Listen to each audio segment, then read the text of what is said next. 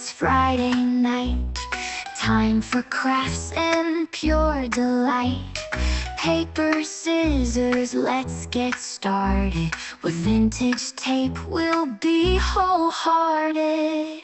Every honey deserves her day in the sun. With enamel dots, we're ready for fun. Layer in circles and punch stars too. In the Late Night Crafty Club, it's all for you.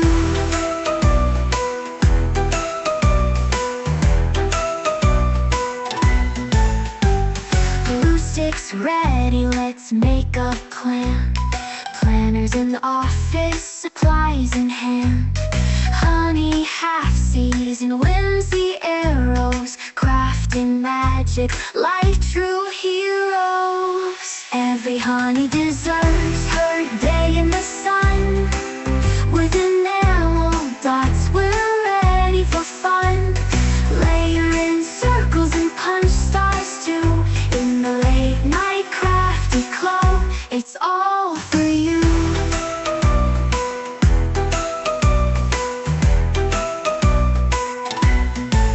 Doodads and gumballs, let's create a scene. Join the club where we live our dreams. So grab your scissors and come along. Together we'll craft and sing our song. Every honey deserves her day in the sun. With enamel dots, we're ready for fun. Layer in circles and punch stars too. In the Late Night Crafty Club, it's all for you. It's all for you. Slip into jammies, grab something to sip. Stickers and golden scissors, let's take a crafty trip. The playbook's open with listers got a list. In this crafty paradise our dreams coexist. Every honey deserves her day in the sun. With enamel dots, we're ready for fun. Layer in circles and punch stars too. In the Late Night Crafty Club, it's all for you. It's all for you. Cards and pockets display our creativity. 32-pound paper, so smooth and buttery. Scraps your cards, help your ideas flow. What will you make during the Late Night Crafty Show? Hearts and pockets display our creativity. 32-pound paper, so smooth and buttery. Scraps your cards, help your ideas flow. What will you make during the Late Night Crafty Show? It's all for you. It's all for you.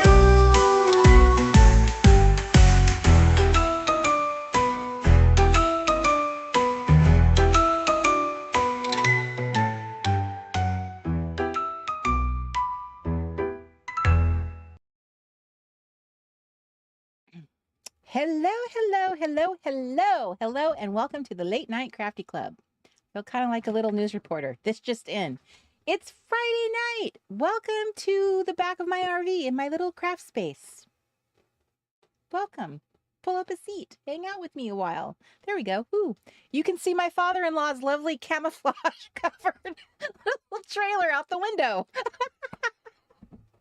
What a lovely little view I have. Actually, the view I have out this window is much, much nicer. Look, spring. Spring is springing. The camera is so close to the tree, because the tree's literally like right here, that it almost looks like a watercolor painting. It looks almost like I have a crazy filter on it, but I don't, I promise. It's like, that is literally the scene outside. And you can see there's little teeny tiny leaves, little teeny tiny birds, and little tiny little bees are just, they're just barely showing up. I've seen a couple little bees. I think the bees are still a little sleepy. It is still chilly. It has been raining on and off. So they're inconsistently showing up for work. But I do see in the distance, if you look up there in the far reaches of the left-hand side of your screen, there is a pink tree out there showing off. And then there's one off camera you can't see to the left. It is a spectacular tree. My mother-in-law calls it her marshmallow tree because it looks like it's covered in little white marshmallows. It is a glorious tree. It is the summa cum laude of trees on this property. It is full, busted, blooming. It's covered in blossoms, whereas you can see the rest of these losers have not even attempted to do so. They are not really in the blooming mood, I guess. So anyway, it's really fun. I wish you could see more of the lovely bloomature going on out there, but the camera is it's pointed right at the tree. So it'll be very interesting to see this summer what you'll actually get to see. I think once the tree starts filling in, you're going to just see a big blob of leaves. The squirrel cam leaves. Behold the leaves. So, but those leaves will turn colors. So eventually, you know, we'll have the whole circle of life going through my window here. So maybe we'll actually see a squirrel in the squirrel cam. I don't know. The squirrels are quite sparse here. I've seen one, maybe. I've seen a bunny. We saw a bunny a couple times today. It's probably the same bunny. He just scooted up the driveway and I saw him this morning. I don't think there's a lot of wildlife, and I don't know if it's because there's coyotes nearby, which is just horrible. My little inner child is like, no, there's no coyotes. All these animals are just super smart, and they're all down underground in their cozy little their cozy little cabins underground. That's what my little inner child is saying. They all get along in a peaceful little world. Do you do that too? How am I a grown woman thinking with the little hopeful wishes of a child? I crack myself up. I really do. I am never short of awe. How I still can have these hopeful dreams. You would think I'm not joking. I still have like hopeful dreams. That the reason we don't see a lot of wildlife here is it's not having anything to do with the large amount of coyotes near the property. It has a lot to do with, you know, they still haven't, they're not up and about yet. It's still a little chilly. They're all tucked into their little cozy little warrens. Yeah, rabbits live in warrens. I don't know what do squirrels live in. I don't know the right. What are squirrels? What do we say a squirrel lives in? If wild rabbits live in a warren, what does a squirrel? I'll let that sit with you. I'll let you use the last of your brain power from your working week to noodle on that. Don't cheat. Don't use Google or Alexa or SIRI. Don't use any help. Let's all use our brain power. I was thinking about that. What are we going to do if we could keep depending on the internets? We're going to lose our memory. So all my fellow Gen X sisters, if you hear me now, and my Gen X brother, millennial brother, if you can hear my voice, don't let us not rely entirely on AI and the internets to supply our memories, because we're gonna get there. We're gonna get to that land of no memories a lot faster if we give up exercising our little brains, our little muscles. All right. Let us go to the top of this chat room and say hi to our friends on this lovely Friday evening afternoon. Also, it's Kathleen. Hello, Miss Kathleen, the first one here. I see you. We have a pinned link in the chat room, and often when that gets pinned, the very first commenter, you get covered up, and I'm so sorry about that. But it was Kathleen, and she was first one here. Also, that little pinned link is pointing you to the newsletter. Technically it's pinning you to the one and done kind of link, if you can all kind of blaze this into your memory, trg.cafe. Welcome to my cafe of links. Here's a link and here's a link. Would you like a side of links with this cup of links? I think .cafe is a lot more fun than .com, actually. And so it is a one-stop shop of links. So if you want to sign up for a newsletter, go to trg.cafe. If you would like to browse products, go to trg.cafe, because all of the things that we offer or have currently are all sorted. They're in like there's like a little button for everything. Does that make sense? So let's say hi to our crafty friends, our crafty club friends, our late night crafty club friends, our early evening here on the West Coast. Still nice and shiny, bright outside. Hello, Miss Kathleen. Hello, Miss Robin. Hello, Miss Annie. Hello, Marie. Hello, Darlene. Hello, Tasha. Hello, Miss Tasha. Down under, down below. You are, let's see, if we're going into spring, you are experiencing the joy of fall. You and all of our Australian sisters are so lucky. You guys are lucky ducks. You're getting to enjoy fall. Let's see, where was I? Hello, Miss Susan Lloyd. Hello, Miss Julie Ann. Hi, Sandra. Hi, Denise. Hi, Miss Carrie Hill. Good to see you again. Hello, Miss Ray. Hello, Melanie. Hi, Sherry. Hello, Miss Penny. Hi, Janice. Hi, Doreen. Hello, Chris Johnston. Down under. Hello, Miss Tammy. Hello, Rebecca. Hi, Diana. Hi, Floor. Hello. Let's see. Did I already say hi to you? Sometimes I did say hi to you. Hello to Patricia. Hello, Miss Justine. Hello, Chris. Hello and welcome. Eh? You must get so sick hearing Americans do that to you. Hello, or maybe it's just this American. That's literally the only thing I could think of that pops into my head when I see a Canadian. Hello, Sharon. Hello, Miss Terry. Hello, Shanna. Hello, Gen X. Oh, I love that. That is so brilliant. That's a brilliant YouTube handle. I love that. Hello, Miss Jennifer. Hello, Miss Kathy Dotson. So glad that you're here. Hello, Miss Bethany. Right on time. Hello, Miss Bonnie in Dallas. And hello, my sweet cousin Carrie, who is crafting up little earrings, hopefully, as we speak. Getting her crafty on, as we say around here at the Reset Girl. Okay. Are you guys so excited, so happy it is Friday? Did you guys have long work weeks and you're just like, ah. Do you have your something to sip? Do you have your jammies? How many of you actually put on jammies? And I'm guessing that more of my East Coast friends are jammy wearers by this time of the day. Some of my West Coast friends are not even off work yet. So some of you aren't even home. So a lot of you are watching me in the replay club. I know that I have the live viewers and then the replay club viewers. So replay club, hey, do you put on your jammies it's the official uniform of the Late Night Crafty Club. I do put on jammies.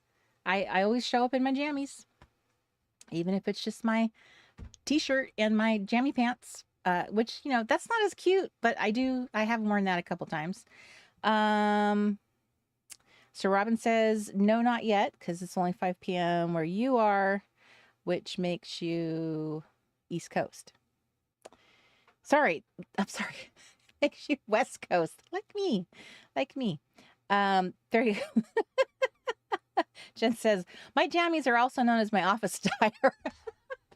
Jen, I hear you. And I would be right there with you, except I know that's just one step closer to being unproductive. I think if I started just working in my jammies, I think I would just be a little step closer to not getting anything done. I already flirt with that enough as it is. So, Bonnie says, if I'm home, I'm in my jammies. Terry says she's got her jammies on. Denise has got her nightie on. Hi, Bethany Ingstrom. She says, this is my first time joining live. I'm usually only able to watch the replay. Everybody say hi to our friend Bethany, who's normally a replay club viewer, but she's here in the chat making her first appearance. Hello, Miss Bethany. We are so happy to see you. You have a fellow Bethany also in the chat. Two Bethanies don't make a right. Am I right? Okay. Susan says no. Jammies here.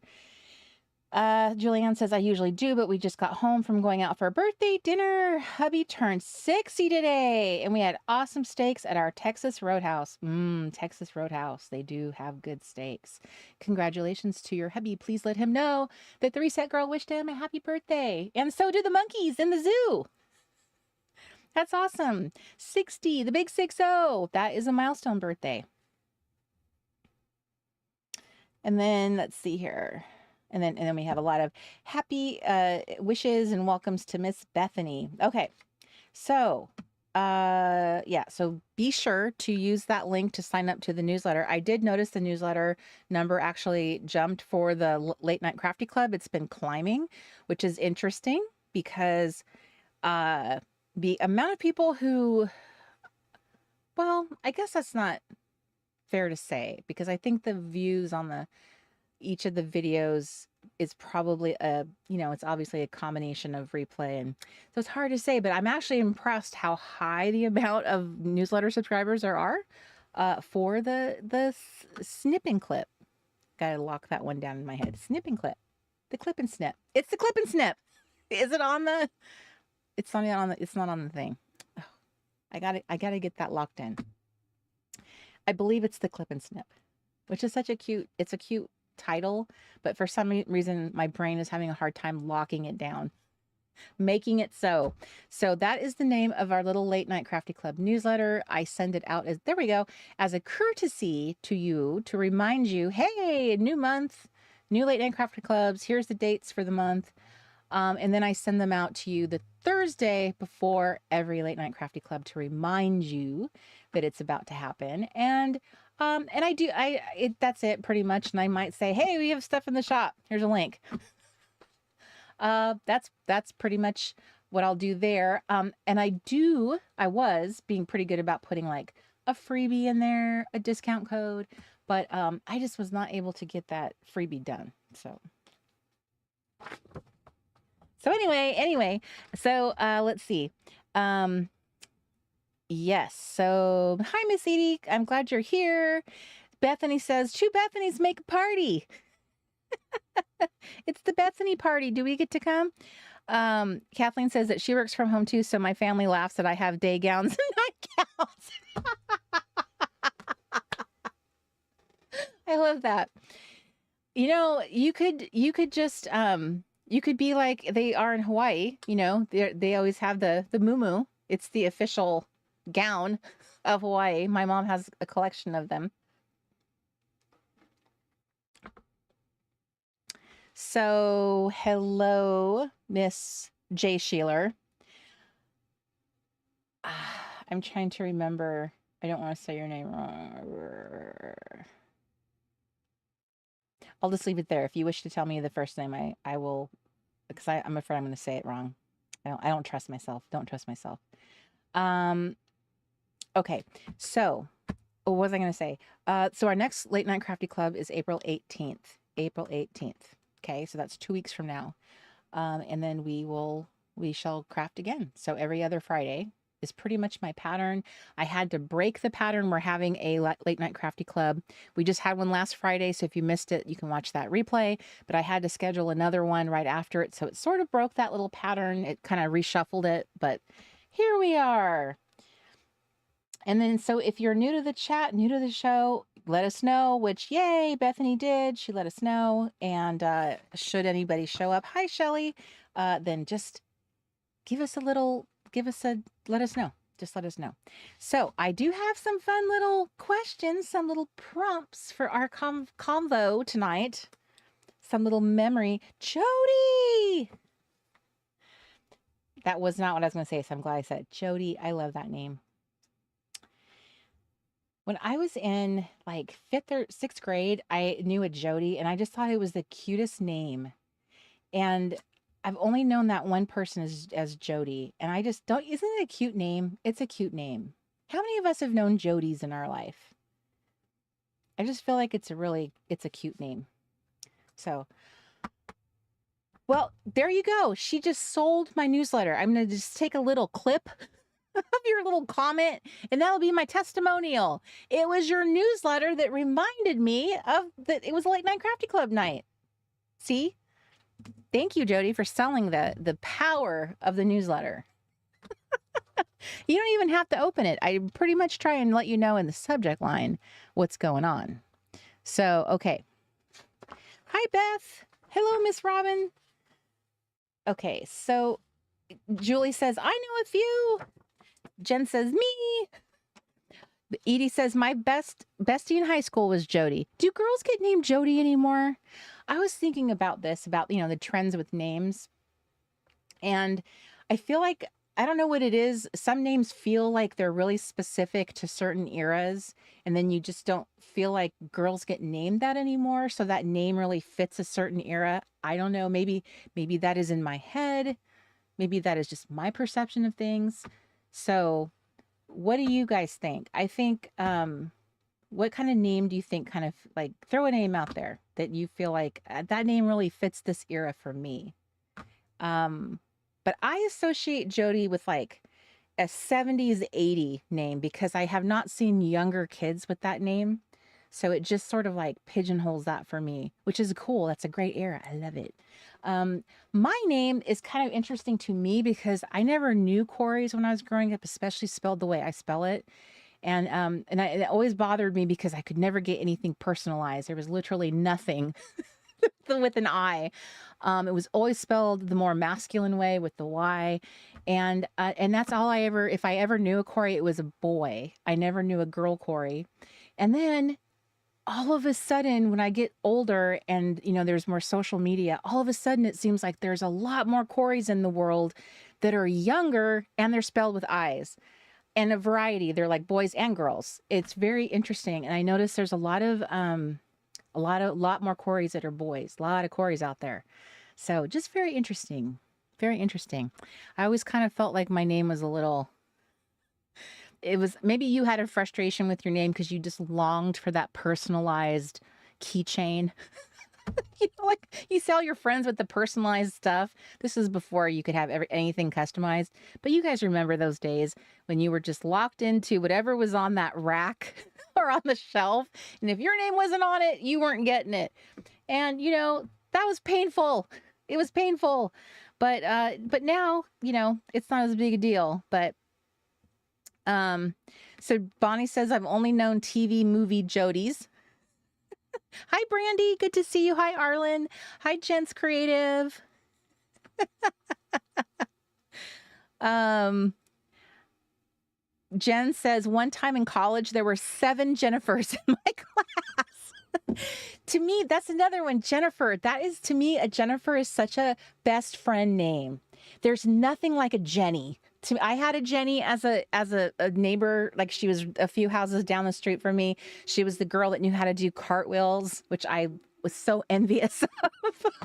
I tried so hard to do a cartwheel, but she was the Jenny. And I just feel like Jennifer's, Jenny's, they're like a best friend name. I don't know. Is that just me? Do Jenny's just seem like they are like that friend name? Let me know. Maybe that's just me. Shelly says, I knew a couple of Jodies in school, and my kids have a friend named Jody. See, that trend has not completely died out. That's nice. Wasn't there a boy that was named Jody on a show in the late 70s or so? Now, Kathleen, I totally agree with you. There's a little brain cell in there that's saying that there is a Jody from, was it Buffy and Jody? Was that his name, Buffy and Jody? Was that show called Family Affair? Was that his name? And Buffy had that crazy ugly doll called Mrs. Beasley. And they had, I don't remember because I think I was a little too young for that show when it came out, but what's his name? Very handsome. He's in the Parent Trap, that actor, Brian something. Anyway, he was in it. Was he a bachelor and he gets these 2 kids? I don't know. Was that a Jody? Tell me. Or was the actor named Jody? What's going on here? Jody, you have just sparked a conversation. Just because you showed up. Okay. Jen says her old man is named Michael. A classic name. My father's name was Michael. Very classic name. That is, I don't think that's ever gonna ever fall out of style. I just think that is such a classic name. Brandy says, yes, nothing spelled with double E's either. I always felt left out. Brandy with double E's. But Brandy, you have a whole cool name in a song. Your name is in a song. And it's a great song, right? But yeah, I feel your pain. Double E's. This is this single eye girl looking at you, double E's.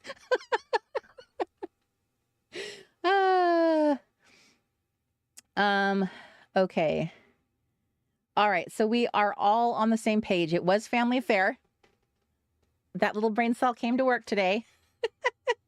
Jody, so it was the name of the character, and Shelley says it was played by an actor named Johnny Whitaker. I still remember that little kid. He had little curly hair. I think his hair was like a strawberry blonde or something, and Buffy was the girl with the doll. Yes, Brian Keith. Thank you very much, Brian Keith.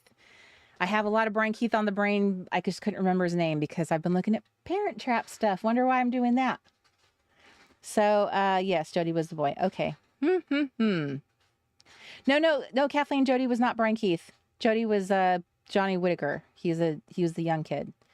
Brian Keith was the older dad figure. And they had didn't they have like a butler guy? He almost was like a Mr. Belvedere type guy, or was it a yeah? Didn't they have a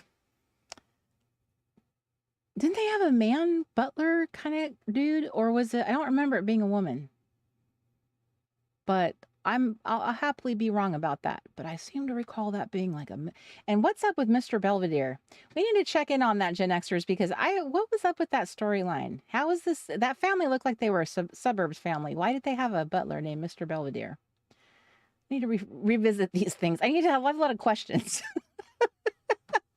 Okay, Sebastian Cabot. Okay, so Mr. French. Oh my goodness, thank you, Denise. Mr. French. I seem to recall that they lived in some fabulous apartment, like some kind of like they lived in the city or something, and they lived in a fabulous apartment. I don't know. Maybe wrong about that too. Mr. French. It's all coming back. All right. Trip down memory lane. Okay. I think I just said memory lane. Sometimes it is. Sometimes it is. Okay. So let's get our crafty on, shall we? Because this is the Late Night Crafty Club, not the Late Night Chatty Club. I got my girls. I got my mood on. I got my store full of stuff I pre-planned this evening as per usual. I find that my projects or my girls turn out way better when I pre-plan, when I take the time to kind of peruse, no pressure. I'm just looking around. I feel like I make better decisions when I do that. So here's my new lineup. These girls are freshly, I use, my markers, my pencils, my layering, and I have these three girls. These are them. New girls. I'm actually going to put brighter lips on her because this, I gave her fairly dark skin and that lip color is not popping. So I'm going to give her some bright lips, but I have their little outfits chosen. And what I'm going to do is I wanted to try some different things tonight and try out like cutting things at different angles and see different patterns, try different stuff, because that's kind of the fun part of this project. Even though I might be repeating the whole dress the honey cycle, I want to try different things when I dress the honey. And I feel like much like doing my little cards, let's pull that out for a moment, much like this project where I'm doing, these small little canvases. So these are very small. This is also very small. You're doing really small little pieces of little chunks of work. So you're really confined to a small piece. It doesn't take very long to do, and then you're sort of assembling it. So I did her hair and her makeup separately, but the paperwork itself takes a lot less time to actually do.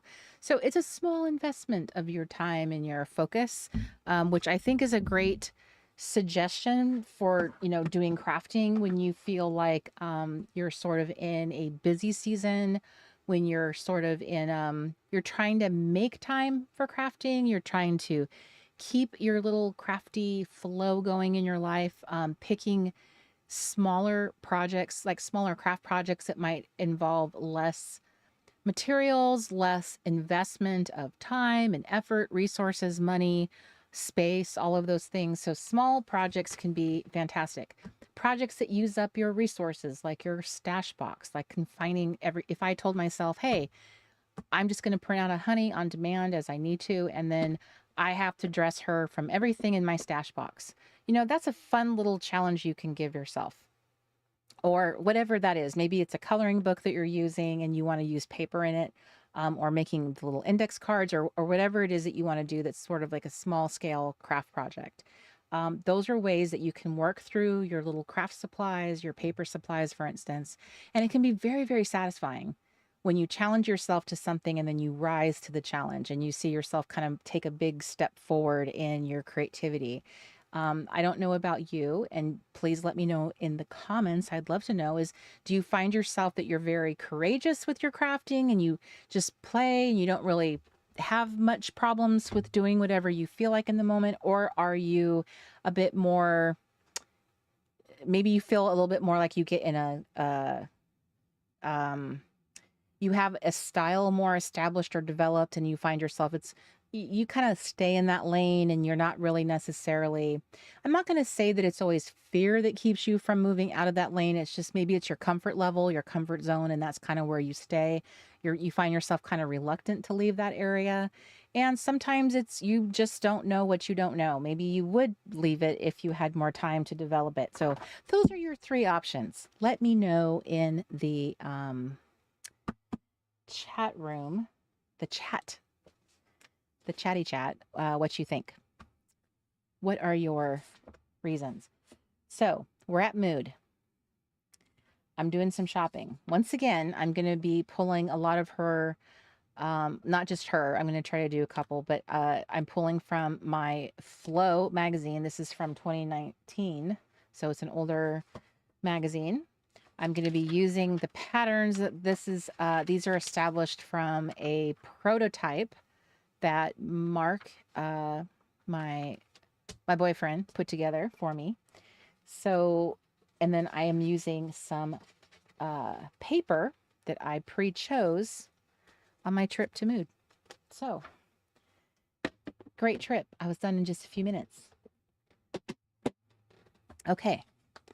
So this one's going to be fun because I have a t-shirt, which I talked about last time. I had this girl right here and she has like, it's not a t-shirt in the sense like us, but it's like a crop top. So I have a fun shirt picked out for her, like a design in this magazine that I discovered it when we were looking at stuff last time. So I have her, and her, these three. I think, trying to decide who I want to go first. Okay, I think, you know what? I think I'm going to go for her. See, she's even numbered 1. Okay, I'll go with her first. So with her, I have a pattern actually for her top and her bottoms. And let me get... So this was something I was thinking about when I was looking at her particular body. She happened to have crossed legs. So she's got a leg going this way and this leg going that way.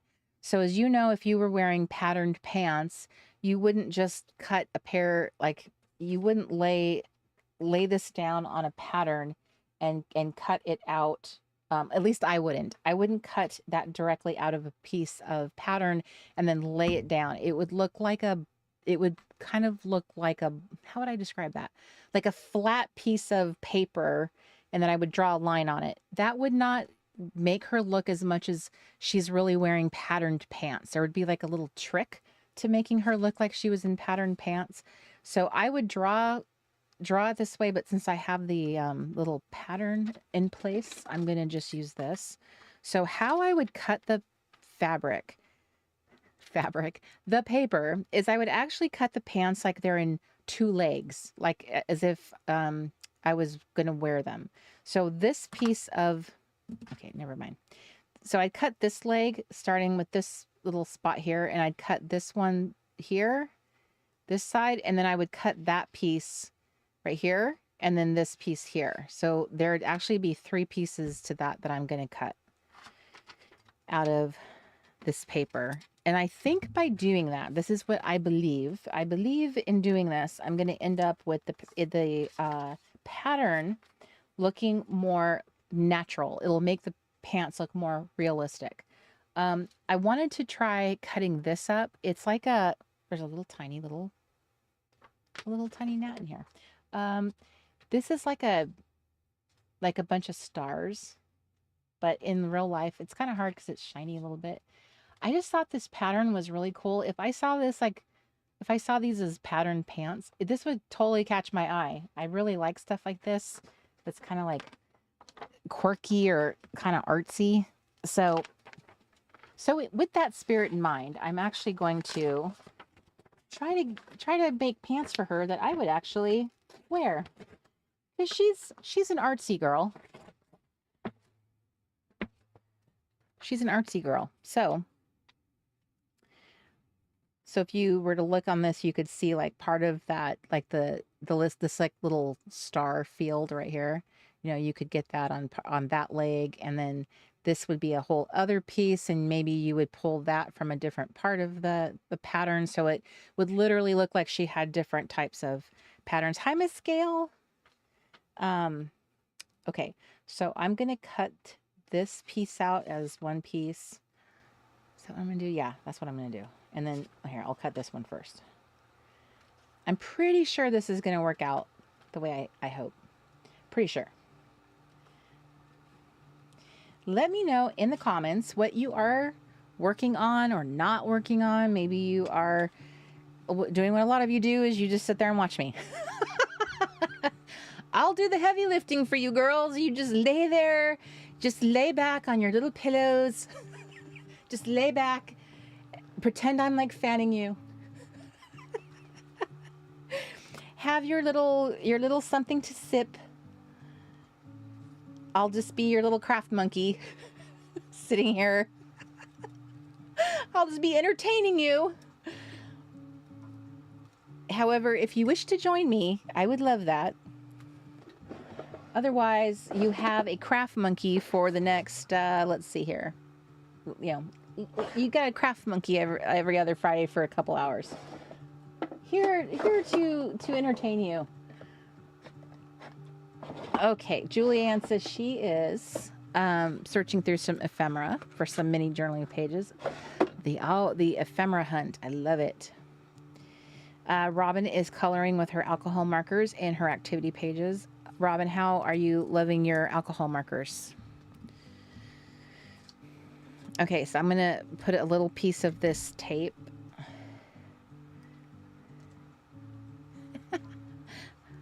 I see you, Gail. Okay, so these pants are going to be over here.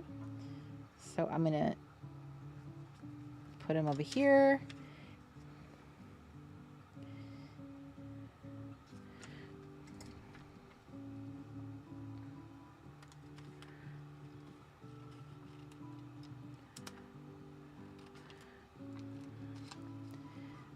I might do them like this. Maybe I don't have to do 3 pieces of pants. Maybe it's just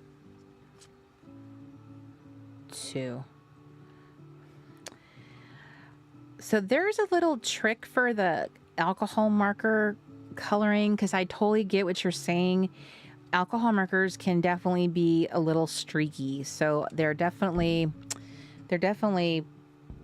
something you gotta get used to. And so there's a couple things I try to be really mindful of when I do it. If I can get to the end of this, I'll show you a couple things that I personally learned. And obviously I try to color. I'm working on like small things most of the time, not large pieces.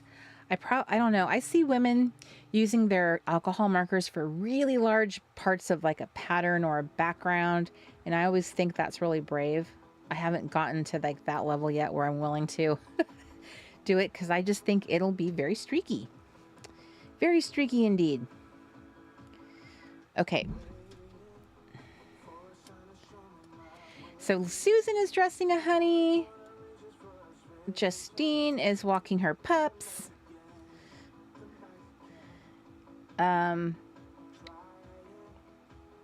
Oh, nice. Bethany took me out in the garden with her so she could finish planting her roses.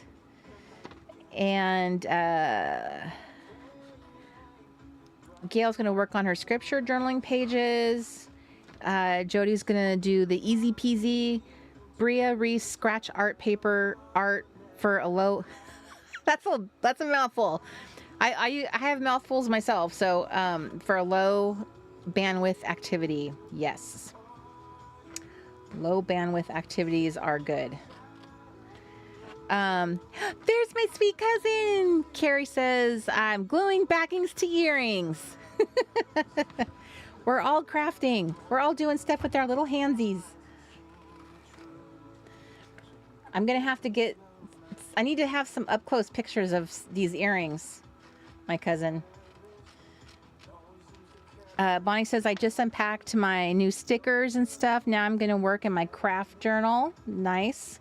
Edie says, I'm finishing a junk journal for a friend. Beth says, I'm working on tax returns. Beth, that's not crafting. That's not even in the craft circle. But I understand. It's like April 4th or whatever. And those IRS agents they just don't take, I was working on crafting. You guys can wait. They don't. Have you guys ever had to call the IRS before? I've had to not only call them, but I've also had to go down to like the offices and speak to real human beings a few times in my life. And I just have to say this, for being a government agency, and probably the one that most Americans fear the most, they are without a doubt the nicest government agents I have ever worked with. And that includes, like, I've worked with, obviously all of us have worked with the DMV. I'm talking about so many different branches of the government I have dealt with for different aspects of life. Hands down, the nicest, the friendliest, the most patient. Just not what I would expect. So I have always been very impressed with that. And I've talked to IRS people in different states. So 2 different states. Just very amazed, because that's not the group that I would think that they have to be nice to anybody. If anybody was going to have an attitude with you, it would be the IRS. But in my experience, that has not been the case. Oh, that's true, Beth. That's true. You did say that you were at work. That's true. All right. Fair enough, sister. I very well cannot expect you to bust out a junk journal while you're at work. So you keep working. I'll be your little craft monkey. Let's see. I will be, you can work, you can craft it vicariously through me. How about that? So I am getting her, like, this one's got her little, got her little hand right here. And I really am very interested to see how these pants are going to come out when I have spent so much time plan this out in my head. I'm like, oh, is this going to actually work? Ooh, maybe not. Okay. Okay. It's hard. I can't get this. I'm trying to cut the most simplest little thing right now and I can't do it.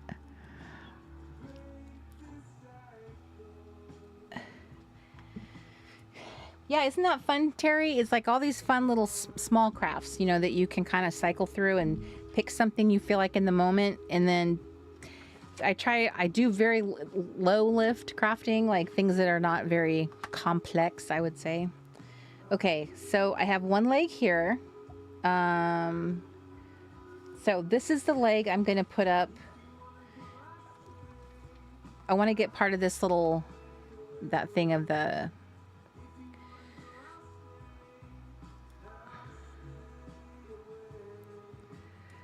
There we go. Okay. So this is the part that I think would be really cool. Or maybe an eyeball. We did talk about this last time. I end up with this weird thing that says fro. That's just not enough. So I'm going to, or empanada, moon, something. So it's probably going to end right here. So I'm going to have...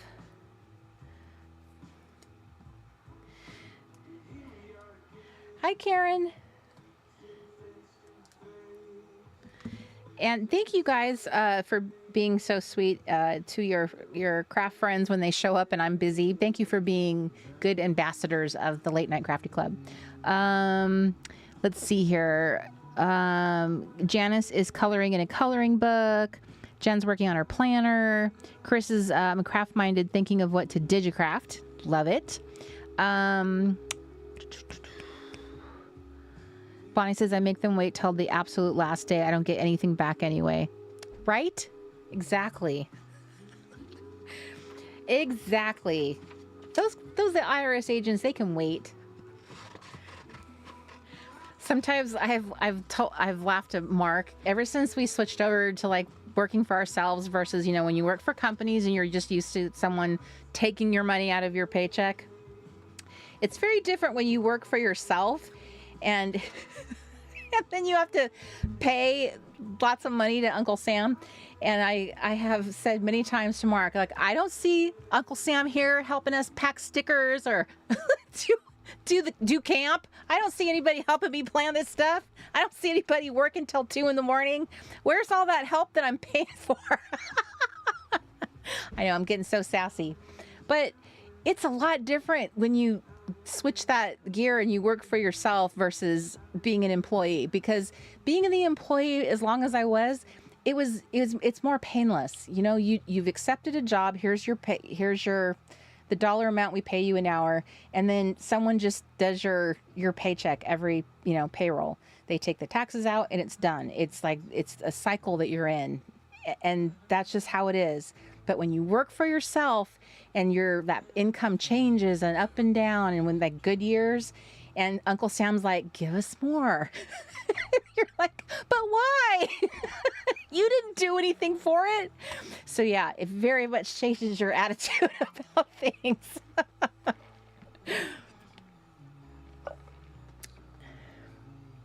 All right. Okay. How did I got this going. I should have taped this down on both sides. I'm still trying to figure out how to tape this down and cut it at the same time.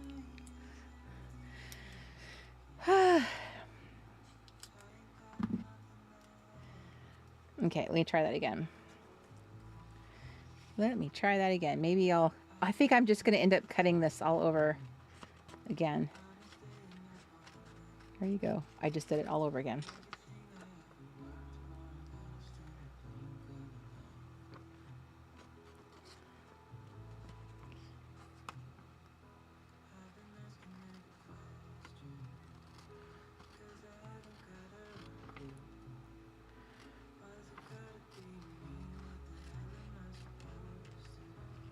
Okay.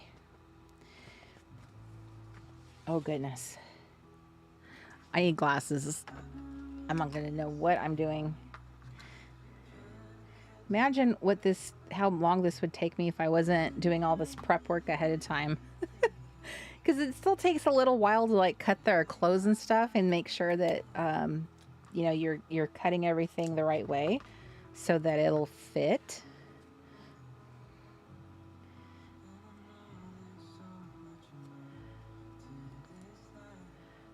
because these are going to go right here.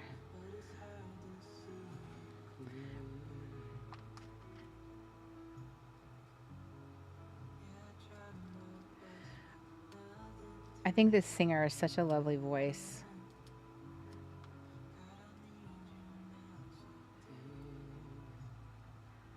I don't know how well you can hear the music. This is a playlist that we've had for quite a while in the TRG world. So it might even sound familiar to you if you've been in the community a while, because I've played it during camps. I've had it actually during some camps and late night crafty clubs. It's been a soundtrack.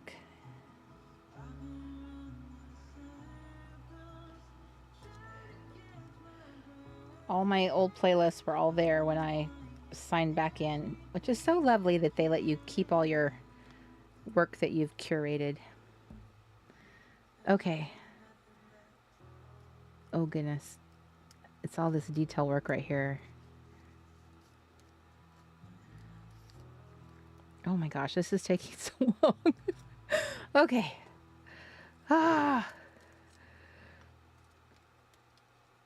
This tape is wonderful because it really does not stick to anything. It's great. There's one leg. Now the other legs are gonna fit in pieces.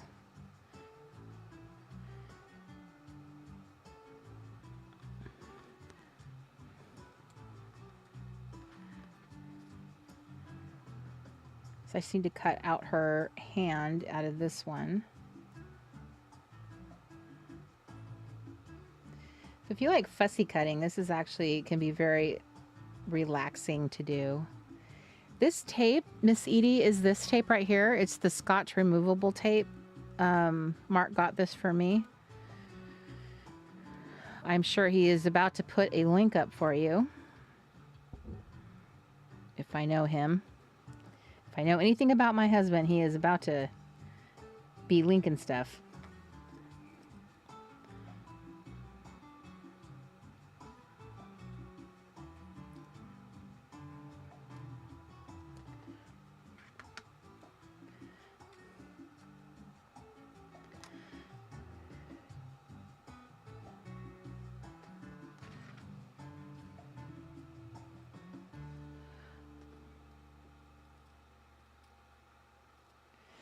Okay, so now I'm going to paste.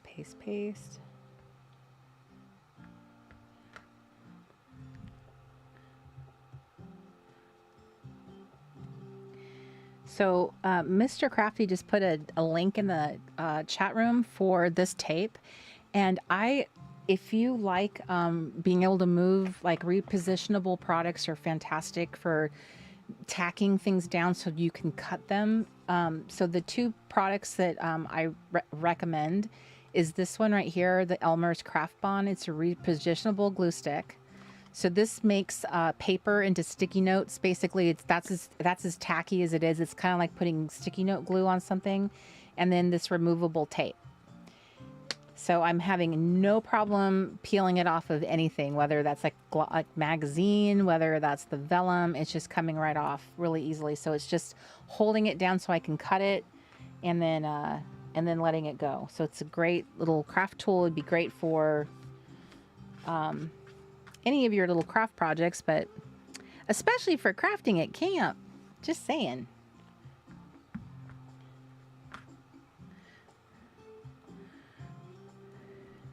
Okay, so there's one. Oops, I'm so sorry. Well, maybe you can't see it. Maybe I just think you can't. I have my screen is obscured with the that panel on the side that has all the little ads. So it makes me think you can't see it, but maybe you can see it. No, they see exactly what you Then you can't see it. That is my fault. I have scooted too far over. I am so sorry.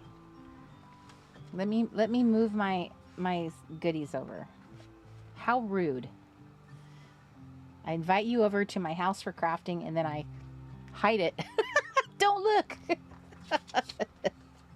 So rude. Okay.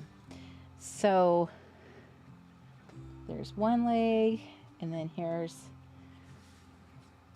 Now, this pattern that I picked is very dark, so this may not really show up or make a big difference that I chose to do this.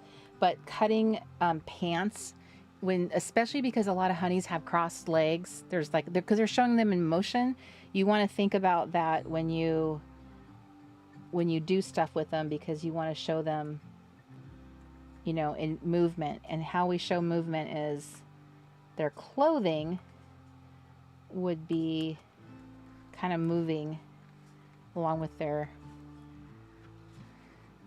So the pattern, which is, I know it's kind of hard to see what your the pattern is not matchy, but I can only tell you, it's a little hard to show you because of the way the camera is picking it up. It would be more obvious if I hadn't chosen such a very fine, detailed little pattern, but let me assure you, I would totally buy these pants. It kind of makes me wonder, should I try to find a pattern like this? These pants are redonkulous. They're like hand-drawn. Like, the pattern is obviously someone hand drew this. They're just super cute. I like them. I just really like them. Also, she's got little toenails. This particular honey has toenails. Toenails are hard to find in the honey universe. Okay, so we're going on to her top. Now, her top is going to be amazing. So I'm going to keep this stuff right here. I'm going to put it into my mood box because there's still plenty of material there for more clothes. So last week I was showing you guys in my Flow magazine this particular little illustration, and I thought this was so cute and would make a really cute little top. So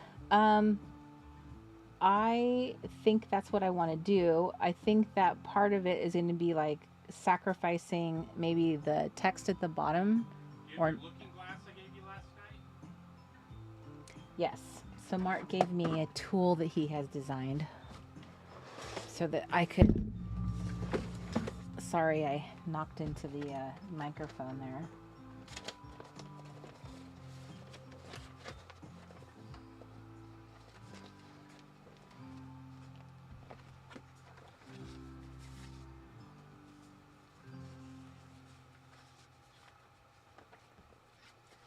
Okay, so how this would look is she would possibly have a top that would have this little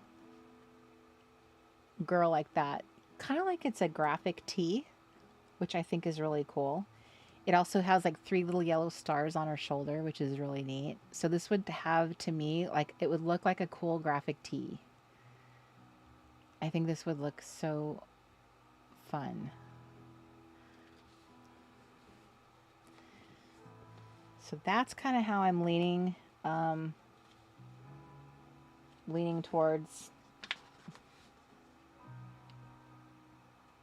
That also would make a cool shirt. This thing that says delayed gratification. Something a lot of us struggle with.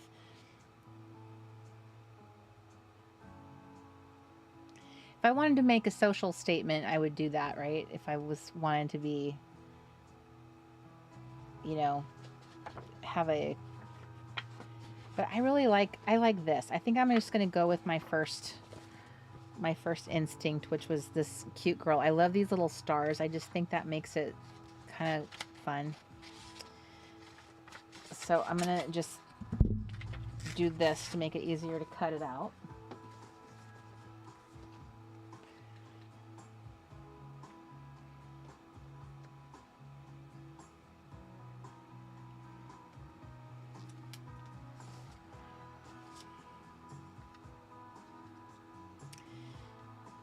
So I think that is what I want to do.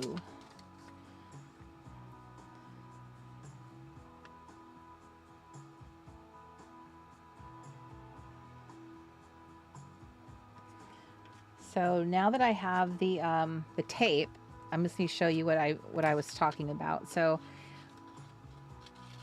I've kind of decided like where I'm going to place this. So I'm going to get this kind of trimmed down more so that it's tight to this graphic as I can get. And now I'm going to tape it down and then cut the Hello, Miss Queen Bee. Okay, so how I envisioned this was those 3 gold stars would be on her shoulder. So I wanted, that was sort of like how I was measuring it, I guess. So I'm going to tape it down right here.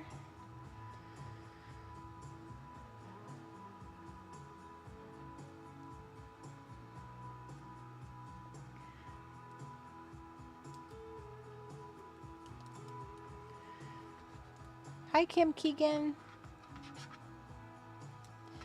Okay, so I'm going to tape that down. Okay. So now that I've taped the shirt down on top of where I want everything to be, is now I'm just cutting out everything across the outline. The thing about this tool is it's so much more like obvious and clear how that design's actually going to look cut out of the paper, which is really nice. This part of it, the pattern itself, includes like little lines and stuff, so you can kind of see where there would be little fold lines where you could draw like the little bias, the dart lines, especially like across like the chest area or the waist, like to make sure that she doesn't look like a flat doll, and she's got hips and curves and all that stuff is included. So once I cut this out and the outline, all these black lines go away, it is going to look very flat. So then it's up to me. See how flat it looks? It's kind of, this is why this tool actually is kind of helpful. I see why Mark likes it. Is because it does really give you a clear representation of what it's going to look like with no black lines and everything.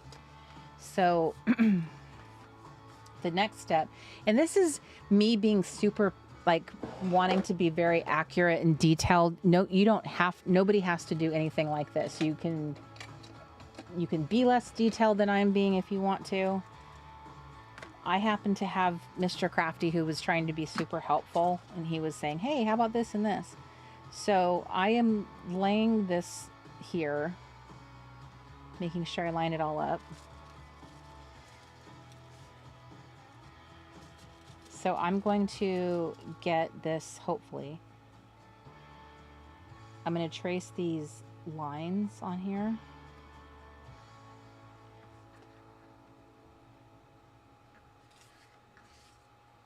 See how it puts some curve in it, because it's I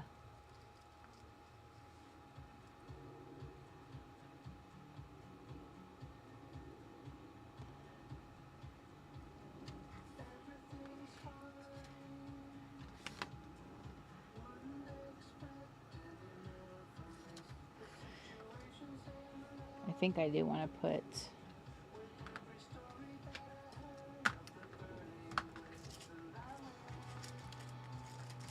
I'm not sure what this would look like if it was real. Like, I know you wouldn't see a black line on someone's shirt, but I don't know. I can't think of like how else to show this, this line.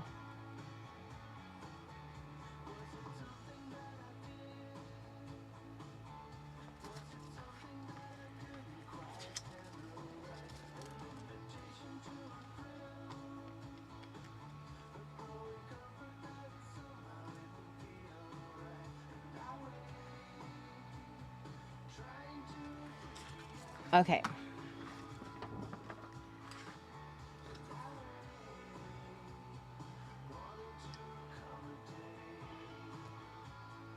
So now that she has this, I'm going to do the lines in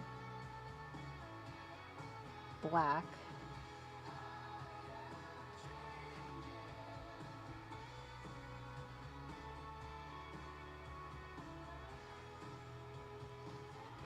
Like that.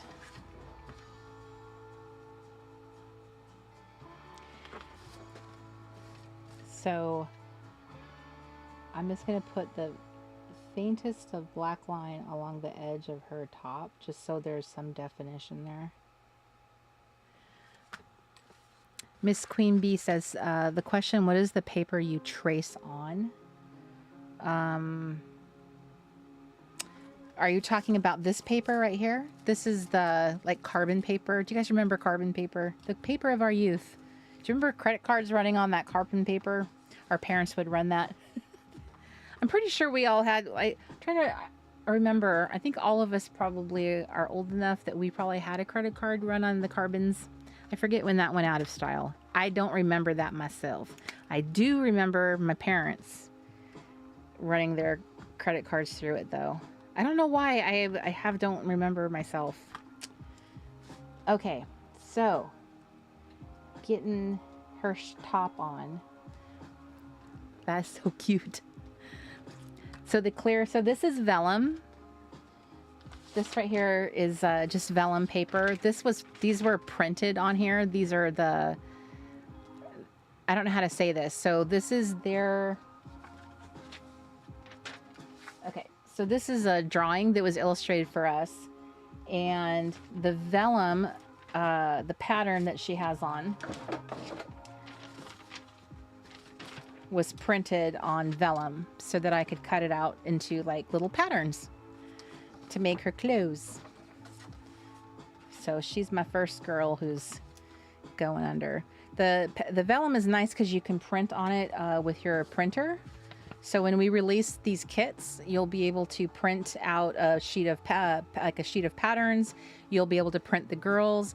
You'll be able to print. I think there'll be a sheet of these that you can print on cardstock because they're sturdy. It's not a have to. It might be a nice to. And then there's a sheet like this so that you can practice their little hair colors, their little heads. And then I will have a different kit where you can practice skin color, makeup, hair, because it's tricky. And then there'll be a more fancy way of doing this. This is my cheat sheet for my pens and pencils, but I'm going to make something fancier.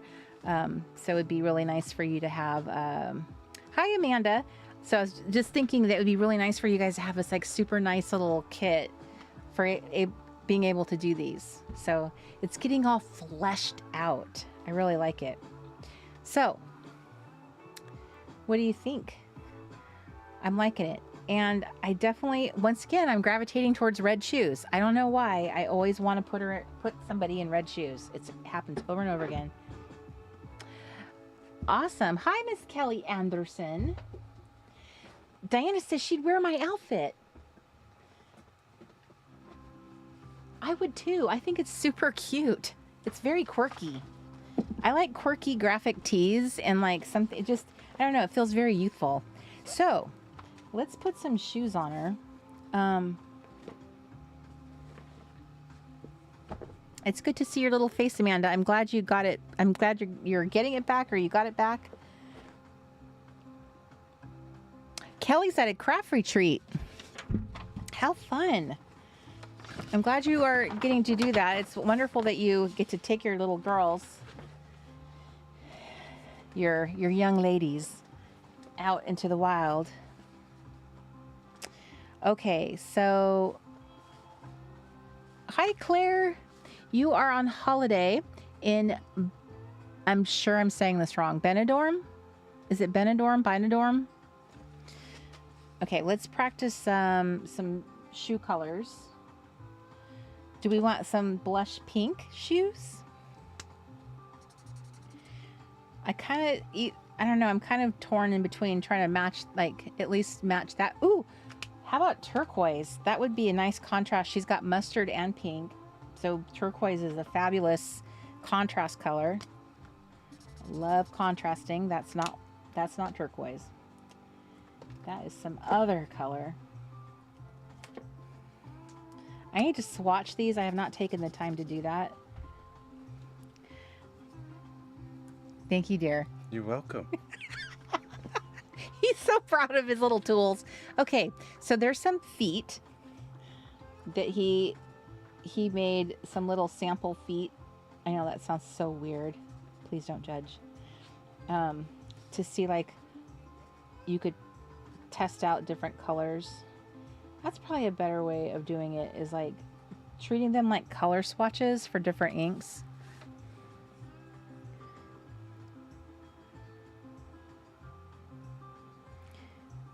I think this green is a good in between, like this blush pink and this yellow, these yellow stars.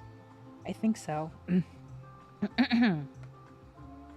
It is funny though that this paper looks so different than to me than it does here. I don't know. Maybe that's my own eyeballs. B514. So let me try a couple more. That looks almost identical. No, it doesn't. It's getting lighter blue now. This is the interesting thing about alcohol markers, as they kind of shift in color. They're not like watercolor markers. They're very different. There's definitely a little bit of a learning curve. I think I'm going to go, I'm kind of torn. I kind of feel like I want to go with this color. Okay, I'm just doing it.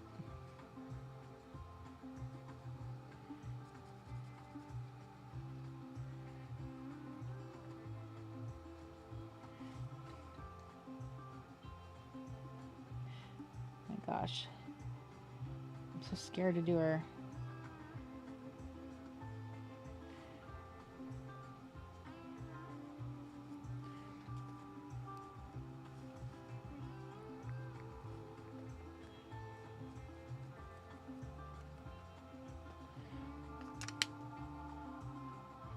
Oh boy, I'm gonna have these weirdly.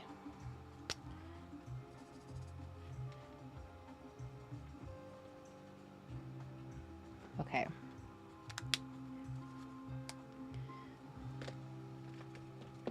Now, she needs lips that are gonna show up against her skin, but I don't want it to look crazy.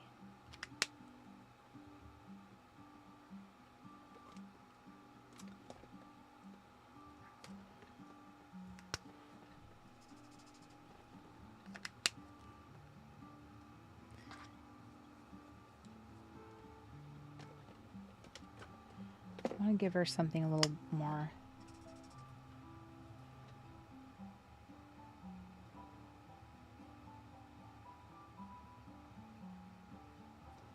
There we go.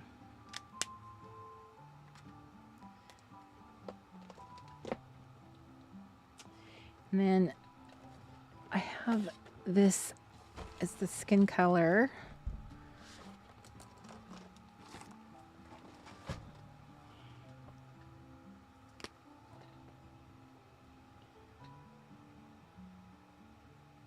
Actually, I'm afraid to use that one.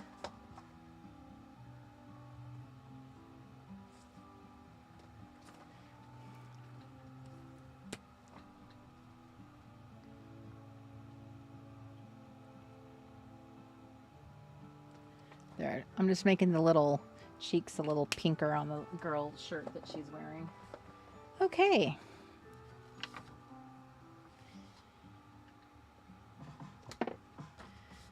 And then I'm going to make these toenails.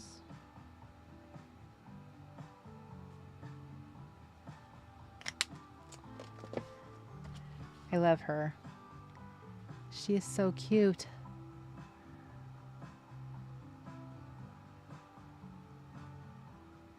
That shirt is so bomb.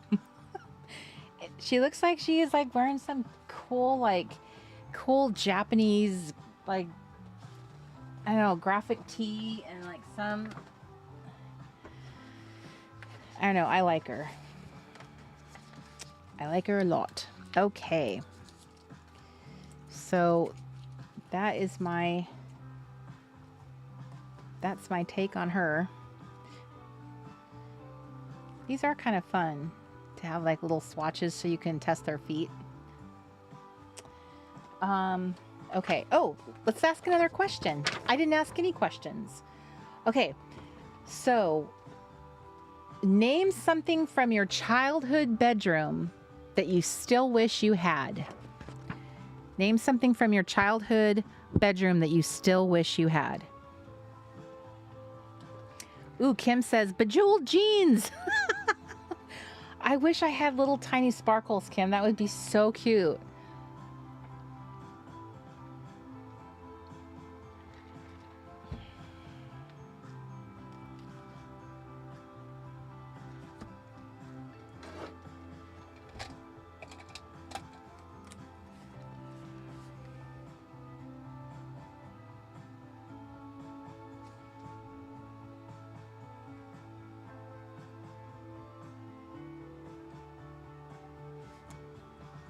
There, I put a little line on her leg so it gave it a little more definition.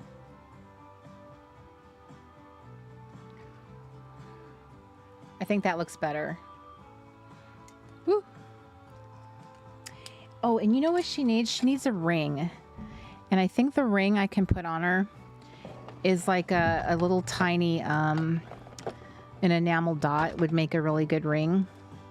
And of course, something like really bright red or like coral.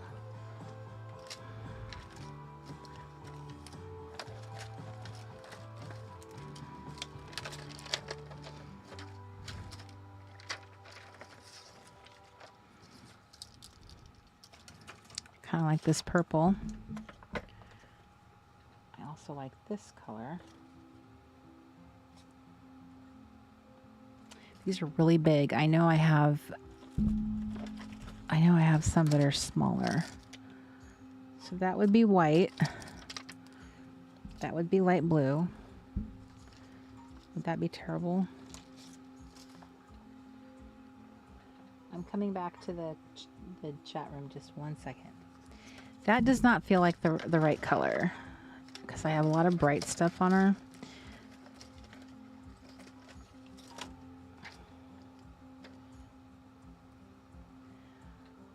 Okay, so let's see.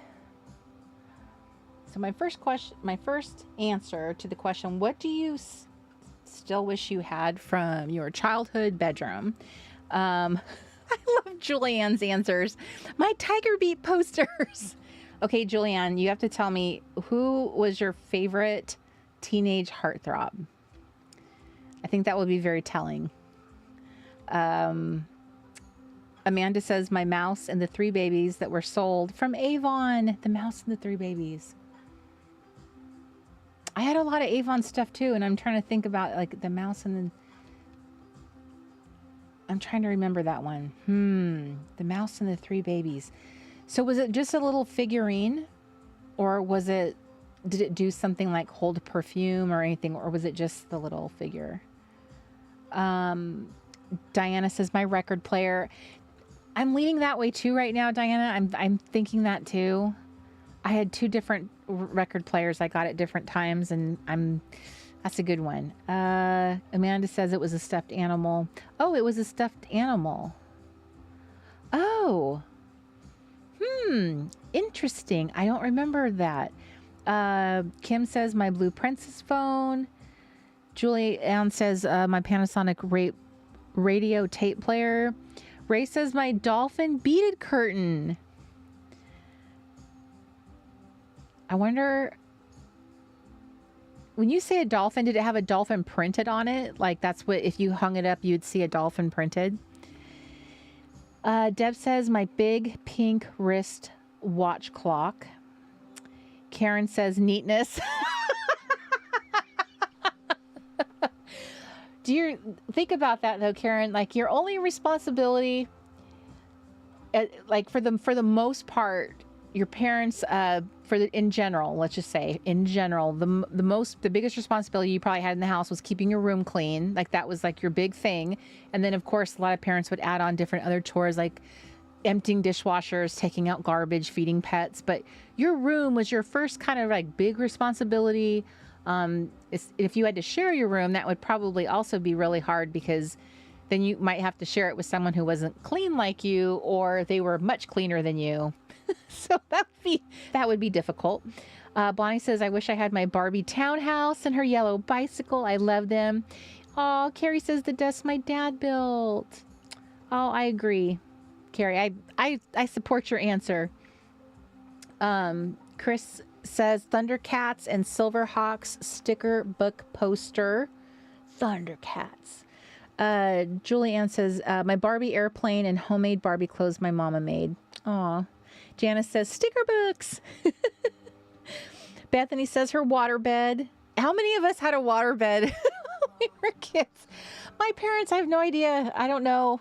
They bought waterbeds for me and my brother and them. It's kind of a weird bed, really, when you think about it. I'm not sure what that was about. It seemed like waterbeds were a big thing in Southern California. So I had a waterbed. I can't say that it was like, it definitely, it had ups and downs. I'll tell you one thing a waterbed had, and this is something that Bethany can perhaps attribute, is you could tuck all kinds of things into it. It made a great hiding spot because you could tuck things into it, for sure. So Julianne says the teenage heartthrob in her Tiger Beat posters was Donnie. So right there, you know how old Julianne is. I think if you tell people who your heartthrob was, that puts you into different eras right there.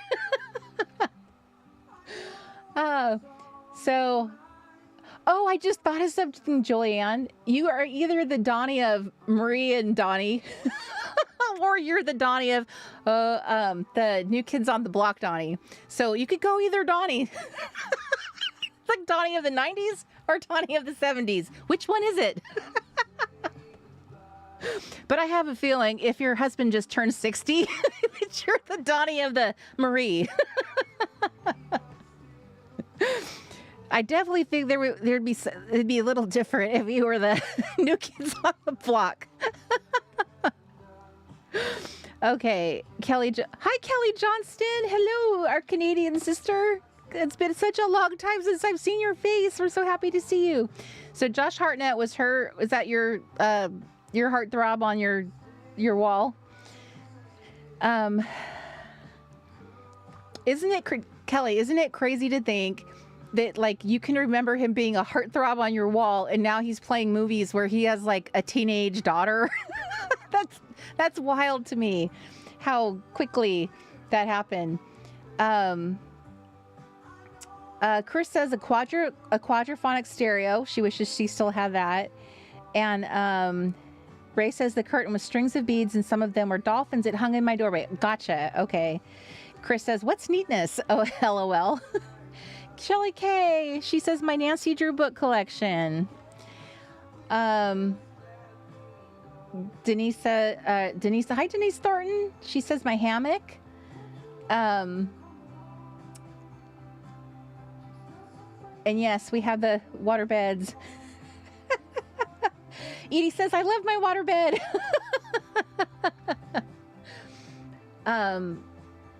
Penny says the little box with lots and lots of miniature items. It was like a memory game. Ooh, that sounds cute. Julianne says, and Andy Gibb and Sean Cassidy. Yep.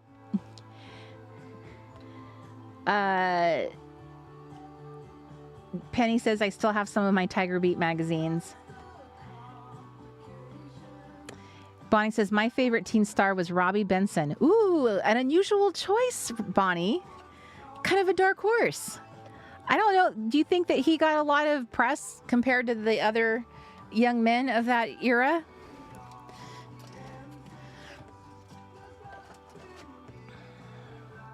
Bethany says, I totally missed my waterbed. Can you guys imagine how hard it would be to get out of a waterbed today? Oh my, I can't even imagine trying to crawl out of a waterbed today. Oh my goodness. But yeah, that was a fun, I'm probably not remembering everything about having a waterbed, but I know that like it had a heat mechanism on it so you could like get it warm, turn it down.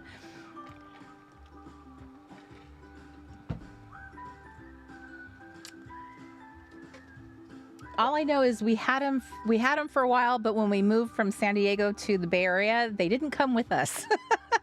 They stayed behind. So I think my parents were over it. Okay. I'm sure they probably didn't really, like, they weren't really good for the electric bill is my guess.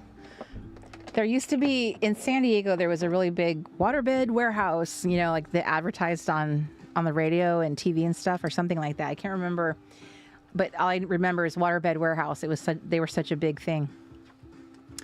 Ooh, Chris says his waterbed was elevated for under bed drawers. I think ours were too.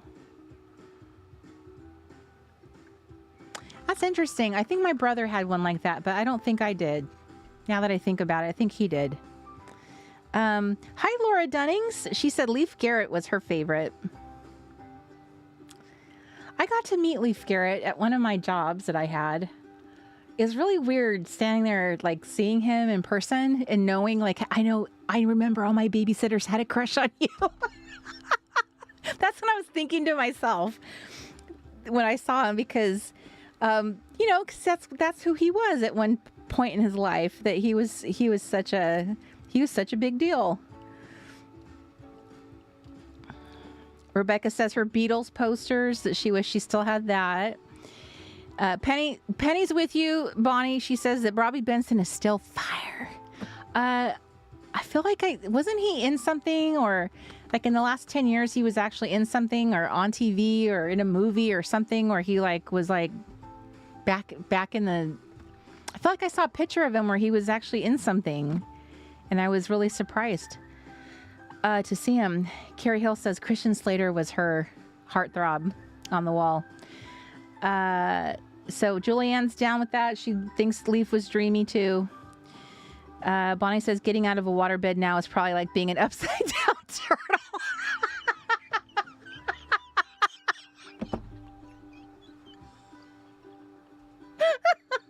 Oh my gosh. Yes, just I can imagine. Yes, it was. Okay, so we have a Leif Garrett train, or yeah, going through. That's funny. So I got one down. Okay, that was one of my questions. I try to stock up on questions for our Late Night Crafty Club. Sometimes I remember to grab the questions, sometimes I do not. But I think the last time I didn't have any, so I had to stock up again, get some onto a piece of paper so I could ask. Okay, so there's that one. I have something from my childhood bedroom, and there he is right there. I don't know, there he is. Mr. Mumford. He is going to be, let's see, I got him for my 9th birthday, and he is still going strong. So if you subtract 9 from my age, like he's in his 40s. So I still have him. I do realize that is kind of, you know, that's everybody. People are of different types of people, that whether they save, you know, childhood mementos or not, but I could not part with him. He kept watch over many, many nights of the monster under my bed. So he's enjoying his retirement now. Okay. Let's see. Oh, hi, Benita. So she said her heartthrob was Scott Baio. I remember Scott Baio.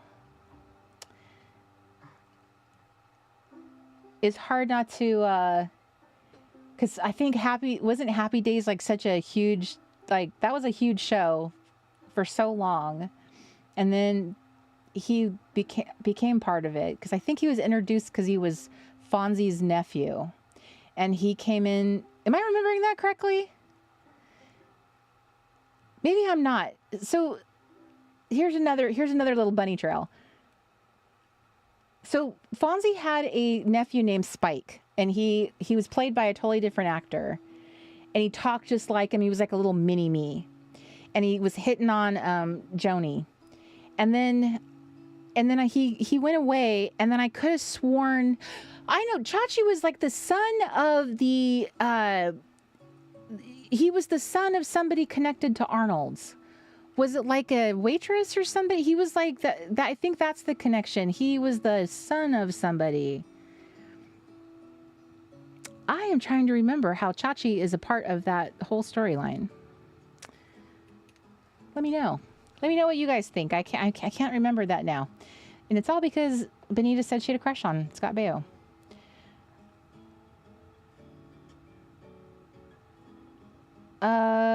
Okay, so let's see. I think Scott Baio tried to have a return to reality. Did he not? Like a reality TV in some way? Was he trying to? Am I remembering that correctly? I didn't watch. I just feel like I heard this or read this or something.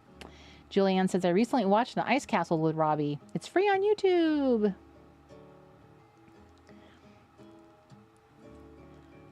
Oh yes, dogs jumping on the waterbed. We had a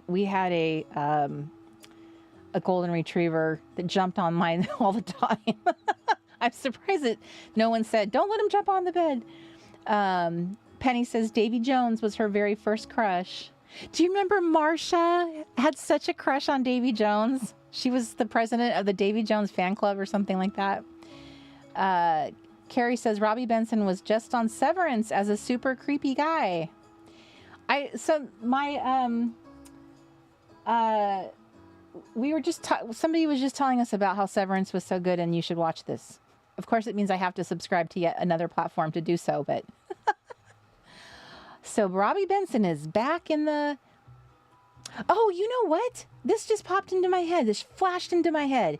Didn't Robbie Benson direct something? Did he direct like a Friends episode years ago? I feel like he has a director credit. He directed like a beloved TV series. I feel like it was Friends. Check that out. Double check me on that. Ooh. Robbie Benson is a silver fox now, right? Aren't they? They all are. Except, is Rob Lowe? He looks like he should be, but he's not. And I question whether or not, like, is he doing something to look as youthful as he looks? Is he drinking the blood of something or somebody? Because he looks amazing for his age. He looks incredible. I think he looks better now than he did then. With in the early years of his career when he was in Tiger Beat posters, he did not grace my walls. That was not who I was into. Janice says her posters were River Phoenix. Larry says she was going to marry Michael Jackson. My friend Linda, my best friend in junior high, she was the same accord. So you would have had to fight her to marry him because she was really into him too. Okay, so you guys think Chachi was a cousin of Franzi. Okay. I just remember that Spike, I feel like Spike was the first character that came on the scene, and I'm pretty sure he was a nephew, and then he was just on for an episode or two at the most, and then he was gone. Do you guys remember Spike? And then Chachi came later.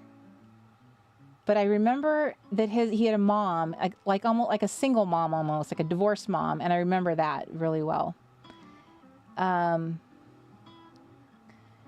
Yes, yep, that is true. He grew up and he was in the show Charles in Charge, and with Willie Ames. Oh no, that was the movie.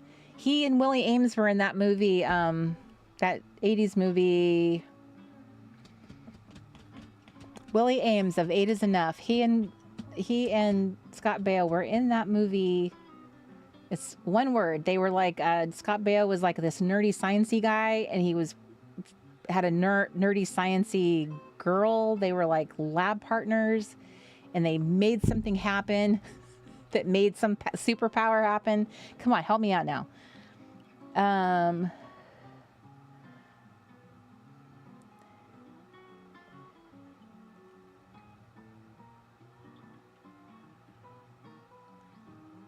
No one remembers Spike, huh? I told you can even picture what that kid looked like. and how he talked. He was really cute. What was the name of that movie? This is going to drive... We cannot continue on with the Late Night Crafty Club unless I have details. Zapped. Thank you, Jennifer Dubs. It was Zapped. That was it. That was it. All right, the show may continue. I don't know. We get on these little tangents here at the Late Night Crafty Club, talking about stuff, and it's like I can't move on. My brain cannot craft further. Well, this is a great segue into our next question. What TV show? Now think about this. What TV show theme song still lives rent-free in your brain? And it can be a song like ladies, we're like a lot of us are in our 40s, 50s. Some of us are in our 60s and a little bit into our 70s. Some in there. Okay, that's a very wide swath. So imagine all the years of our lives and all the things we've been doing, but there will still be a little brain cell that fires off a theme song just when you're doing nothing, minding your own business, and all of a sudden a song will pop up. Like just right now when I just said that, I just heard the theme song from What's Happening. Wah, wah, wah, wah, wah, wah, wah, wah, wah. So it happens all the time. I don't know if maybe I just spend more time entertaining these brain cells. I don't know. But what are those theme songs that just pop in your brain? So Julie Ann was the first one to say the Little House theme song. I don't even know. This probably doesn't help me that I have music playing in my ear right now. I'm trying to focus. The Little House on the Prairie theme song. No, Little House. The Little House? Little House? What's Little House? Why am I... Maybe I'm thinking something I think you're throwing me off, Mr. Speaker. different. My job. David... The Pink Ranger, Amy Jo. David... Okay. Oh, you're talking about the posters? Is that what I'm to think, Mr. Chris? Deb says Cheers and Golden Girls.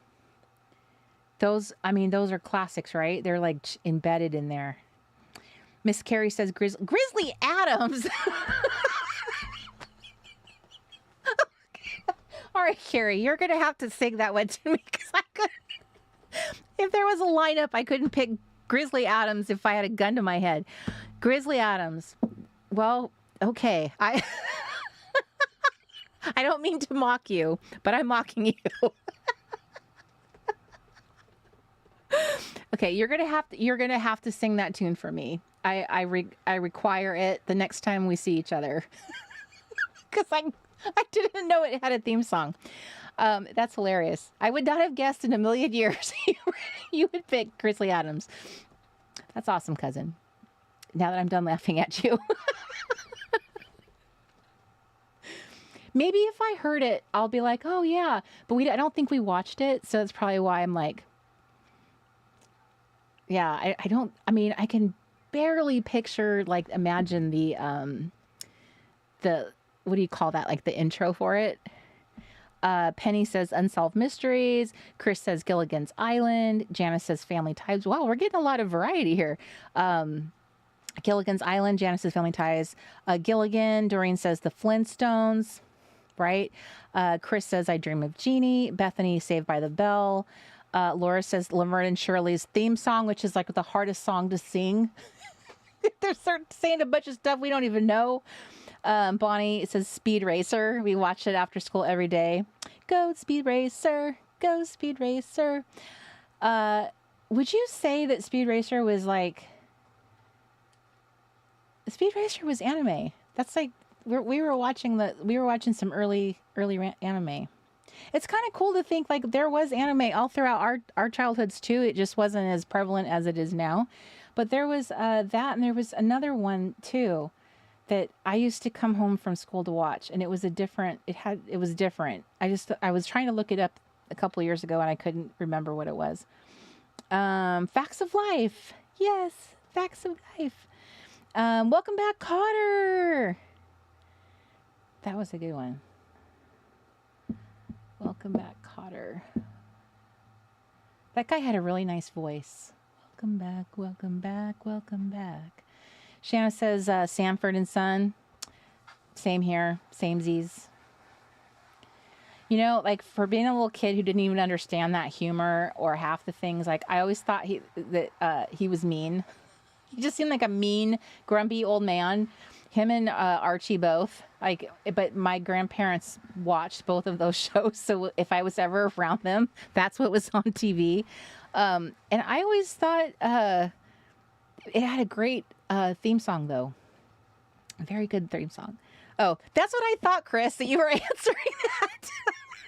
But it was such a interesting, eclectic little answer. But yes, that's what I thought you were doing.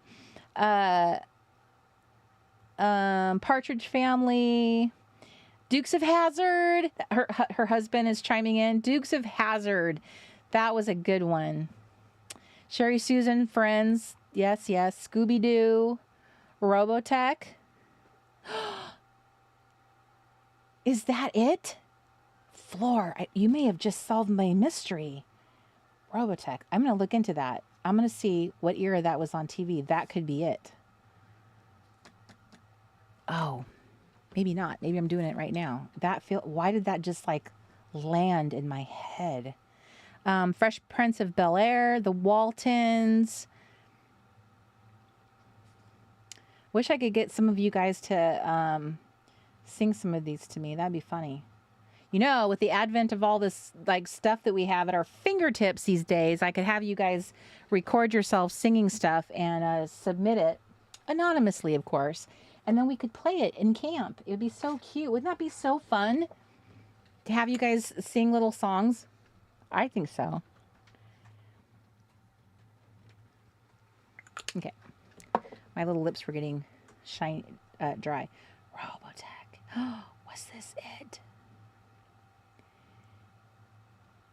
How old was I in 1985? I was 14. I think it's possible this was it. It could be possible. It could be possible.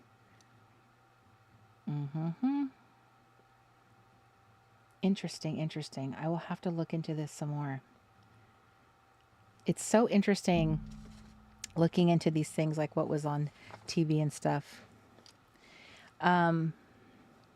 Yeah, because I was so into that stuff. You know, anything to be different and quirky and weird.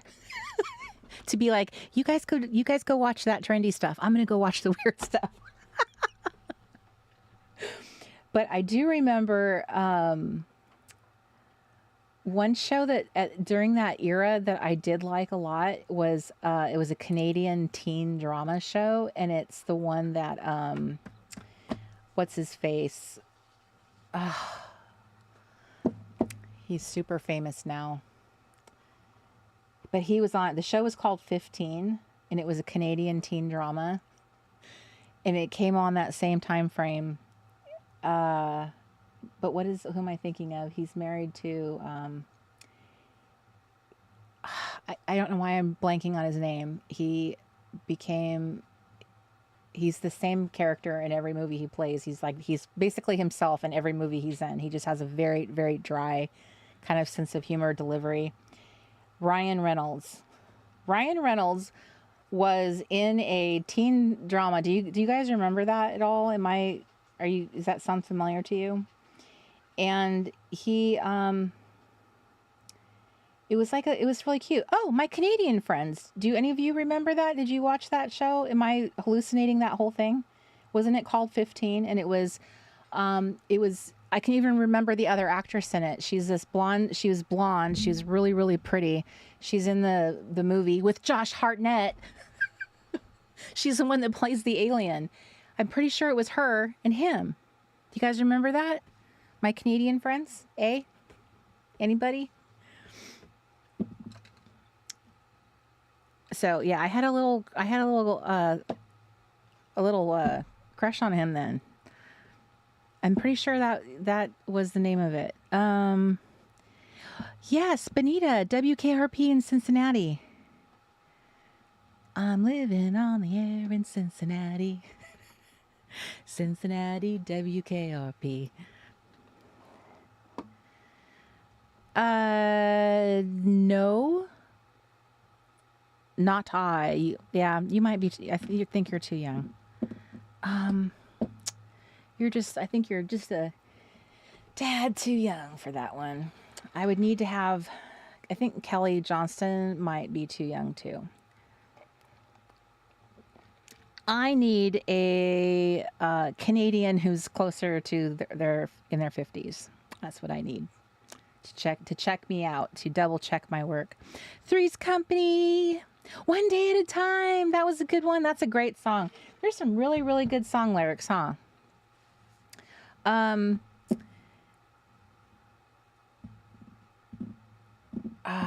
What's the one that Alan Thicke wrote? Oh, no one, you know what? Did anybody say Moving On Up, the Jeffersons song? That was sung by Winona from Good Times. Wait, did I say that wrong? So the actress that plays Winona, she sang the Jeffersons theme song. I think I said that correctly that time. Okay, so that was the TV show theme song that still lives rent-free in your brain. That was that question. All right. Oh, Shelley Kay says her husband's is Andy Griffith, which I'm pretty sure it's really hard to do that one. I mean, let's face it, you got to whistle. Does he know how to whistle it?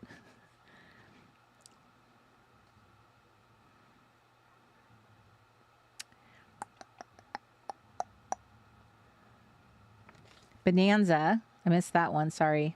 Bonanza. I think I got everything. Yeah, Friends was a good song. That was. I loved that. I loved that show. Sorry, I got distracted there. Dark Shadows. I think I only watched a couple episodes of that. I think it was too scary. All right, are you ready? What? Let's see. Okay, so Chris, adapt this one, please. What was the cool girl accessory in your grade school? So this is elementary school. So this is not junior high or high school. Like, think about like when you were a kid. I'll get to the older grades later. So what was the cool girl accessory when you were in elementary school? Chris, what was the cool dude thing? Good night, Susan. Okay. Now, gotta get back to my crafting.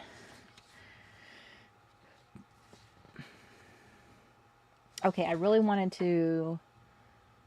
Okay, maybe I'll just bust her out really fast, and I won't do too much talking. Awesome, Shelley Kay can actually whistle that theme song. That is such a classic. That's going to be sad when there's like people that don't know what that comes from. The most wholesome show that ever was on TV, maybe. Bracelets with the plastic charms. That is one of the, actually, I'm going to go back to doing it the way I was doing it. I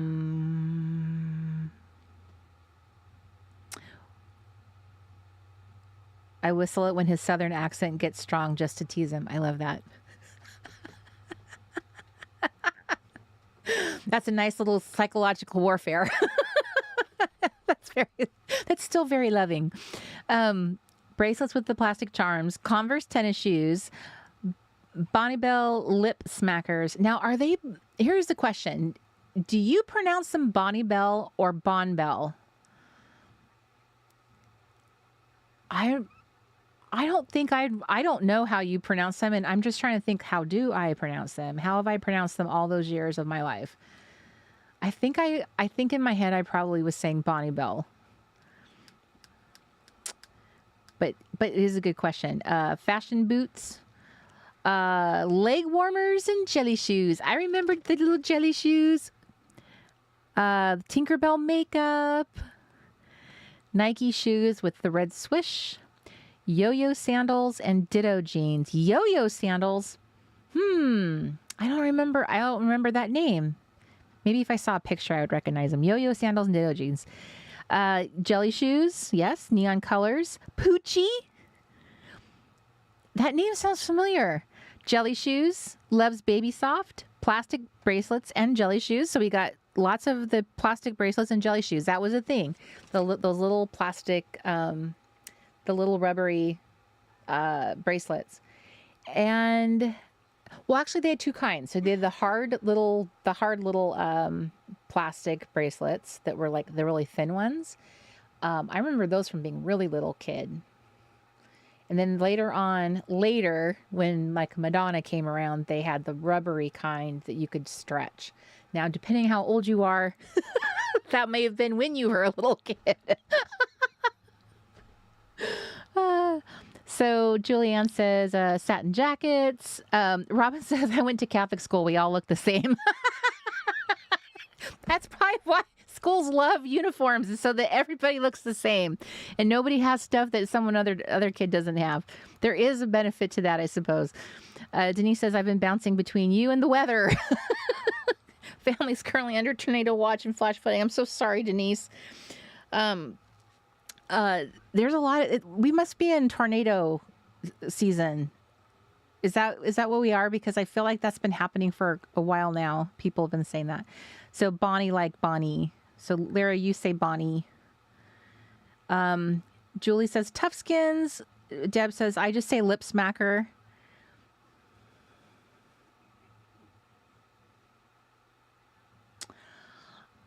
You know what's funny is like, do you remember them being called? What do you remember them calling it when we were kids? I don't remember it being called. I don't know. I'd have to think about it. I actually held on to a lot of my lip balms that I had from like, they were so expired. It was like ridiculous, but I just didn't want to part with them because they were so unique, the flavors of them and stuff. But they changed the marketing and the way they packaged them. And I feel like, I don't know how much I thought of them as lip smackers, or now you're giving me a new thought on that.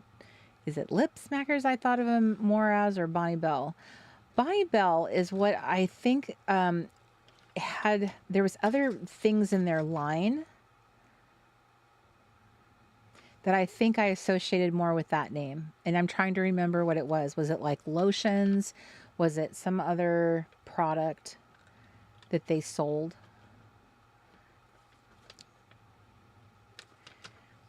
I know the other brand that was really into selling lip products and that they were pretty good at it too was Maybelline. They sold a lot of the little one thing called Kissing Potion, and those were pretty popular. They were like little roll-on lip glosses. And I also feel like a lot of people knew someone or had a lot of Avon people in their lives in the 70s, 80s. So a lot of us had the little Avon lip products too. When I think about, because I was I think a lot of us were, right? Because that's like the first thing you got to wear was lip balm. What your mom let you wear was lip balm. So getting to wear flavored lip balm, that was a big deal. Move over, chapstick. Now there's something way better. Okay. That magazine, I go back to, it actually almost feels like it feels like a little bit like a rainy day outside, but it's not rainy. It just feels like it. Okay, so this is that one page I was showing you that had this really interesting, I just thought it looked really neat. So in this case, I'm not going for like a realistic look. Like I want to make sure that the fabric looks like it's you know, been matched separately. Like you would match a garment. You wouldn't just cut one piece of garment and then like a gingerbread cookie and then tape it to another, like match it to another. I'm just going to do that style though. Laura says, I'm 61 and I just remember our lunchbox designs being really a statement piece. Indeed. Oh, Poochie came out around strawberry shortcake. That does sound familiar, Deb. I am vaguely remembering. I mean, just the sound of Poochie, I do remember that name. Okay. She should be an easy one to do. She's fast. Swatch watches. Okay, what did I ask you? What was the cool girl accessory in your grade school? Okay. So Laura says, I remember kissing potions. And Jen says, I remember the smell of the Avon bubble bath. Do you remember the bottle it came in? It had those like, it was like a pink and it had those like weird bubble shapes going up the side of it. Chris says, the Super Mario Brothers 3 wrist watch a game. You grew up in the era of all the little fun techie toys. Did you have like a Tamagotchi? I made sure to get my daughter a Tamagotchi, and then I got one for myself because I just needed another thing to take care of. Awesome. Chris says I used Google Images to search for that, and it led me to my old Pinterest board. That's awesome. You're taken to your old board. I bet you have an amazing board given the type of work that you do. You know, you are a man of nostalgia for sure. So, that does not surprise me that you would have a bomb Pinterest board dedicated to that. Oh yeah, and you're an Avon guy, so you totally know Avon and their stuff. Chris says they still shape that bottle that way. Good old Avon and their Skin So Soft. That is quite a marketing, you know, to be able to say like, hey, it does this, but it also keeps the mosquitoes away. I can remember the way that smelled. The Skin So Soft. We had a lot of Avon stuff in our lives. My mom bought it, I think, from different women in her life. So, do you guys remember the little Avon, like the little pens that had the solid perfume in them? I think that was a cool thing. Oh my gosh, that looks so stinking cute. Do I care that it doesn't, does it need that line for it to be really cute? Okay. So this gives me the, idea of what it would look like if it had a line in it. And then this is what it looks like without the line. So see how it's kind of flat, but if you put lines on it, it does give it a little bit of, you know, more life. So it's just a matter of preference. What do you like? So the carbon paper does give you the ability to put at least like the light lines. Gail says the Skin So Soft, best mosquito repellent out there. They have a lot of Skin So Soft products in that line, don't they? Like there's different things, like there's bath. I could be remembering it incorrectly, but I could have sworn there was like little bath beads or something that they had a long time ago. I don't know if they still do. I remember there being like a bath type oil. I don't know. I know over time they change their offerings because of sales. Okay. So this kind of works out.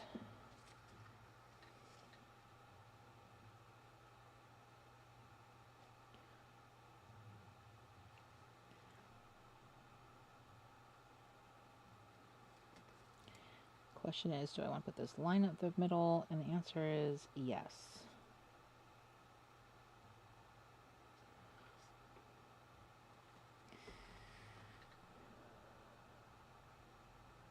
So with lines like this, it'll just make her body look more curvy and like she has shape and flow.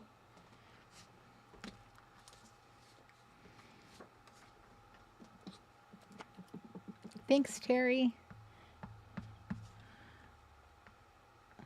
Jean Nate. Boy, I can smell Jean Nate when you say it. When you say the words, I can smell it. My mom always had a bottle of Jean Nate in the shower when I was a kid.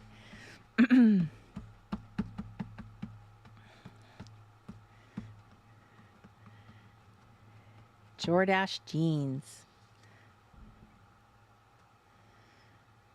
Okay, so there's our girl. She's got her fun little, what do they call these, jumpers? You know what? I find this interesting. In Australia, you guys call a sweater a jumper. And like we would call something like that like you step into and zip it up. A lot of us call those jumpers. But I noticed that in England they call them jumpers too. It took me a little bit to realize what is the jumper? What is being called the jumper? And then it finally hit me. I think they're calling sweaters jumpers. So I find that interesting. Why is a sweater a jumper? And then why are we calling it a sweater? What makes it a sweater? Where does the word sweat come from? Who's right here? Who's right? Who's wrong? Why is there, well, nobody has to be wrong, but why is there such a vast difference in that name? And I just thought that was so interesting. It's something that you guys call jumpers. So I was trying to figure that one out. What makes something like that's made of wool, it's knitted, you pull it over your head and walk around it. You guys all walk around calling that a jumper. If I said, sweater, would you guys even know what I was talking about? If I came to your country and I said, hey, I want to go buy a sweater, would you know what that is? Or or most of the time, there's enough crossover now with our entertainment and our TV, and we can watch internet stuff enough that we're getting more familiar with each other's languages and like me and going, wow, why are you guys calling those jumpers? Shelly K says these are also called rompers. Yes, I feel like we called them rompers more like with little kids though. Do you guys, or in the 70s? So I don't know. Do people still call them rompers today? Because I feel like more when I see language for garments like this, they're called jumpers, especially like on Project Runway. So because it's called a jumpsuit. So they would say, I'm making a jumper or a short jumpsuit. So that's why that's the only reference I'm using here. So is like talking about it like a garment in the fashion industry. But if I were talking about a romper, I tend to hear that as more of like little kid clothing. I don't know. Who knows?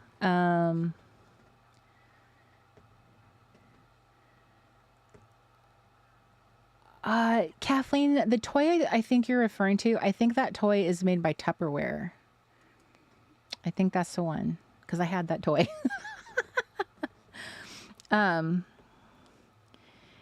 Deb says, here in Australia, we swear in everything, especially in the north. Oh, we sweat. We sweat in everything. So, is calling it a sweater. So you're sweaty people is what you're saying because you live in such a hot land. Do you guys think does it sound weird to your ears if I pointed at a jumper and I said, that's a sweater? Does that sound weird to you? Because what I would say is I look at that same garment and go, I don't understand why you guys are calling it a jumper. What makes it something like, to me, a jumper, like this. I understand why this would be called a jumper. You step into it, you pull it up, you're jumping into it. Like there's some context there. I don't get there. So there must be a story behind this language, right? I think it's that's my guess, is that there's a story behind why they're called jumpers. And same thing, why we call them sweaters. And it's just a fun little language game that that we have. I just thought, fun facts. Did you guys know that they're called, a sweater is called a jumper and a jumper is called a sweater? And why? Why?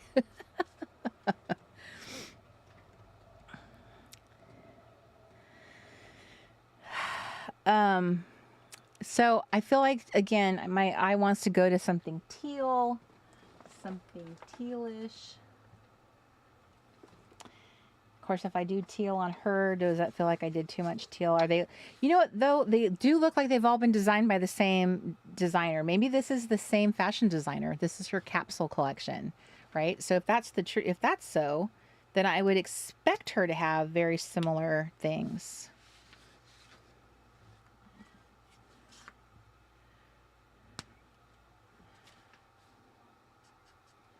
Okay, so I'm going to put this on her. I don't know. My shoes are pretty much teal or coral at this point, like, or red. They're not really getting, I'm not getting very adventurous with my shoes as I thought I would.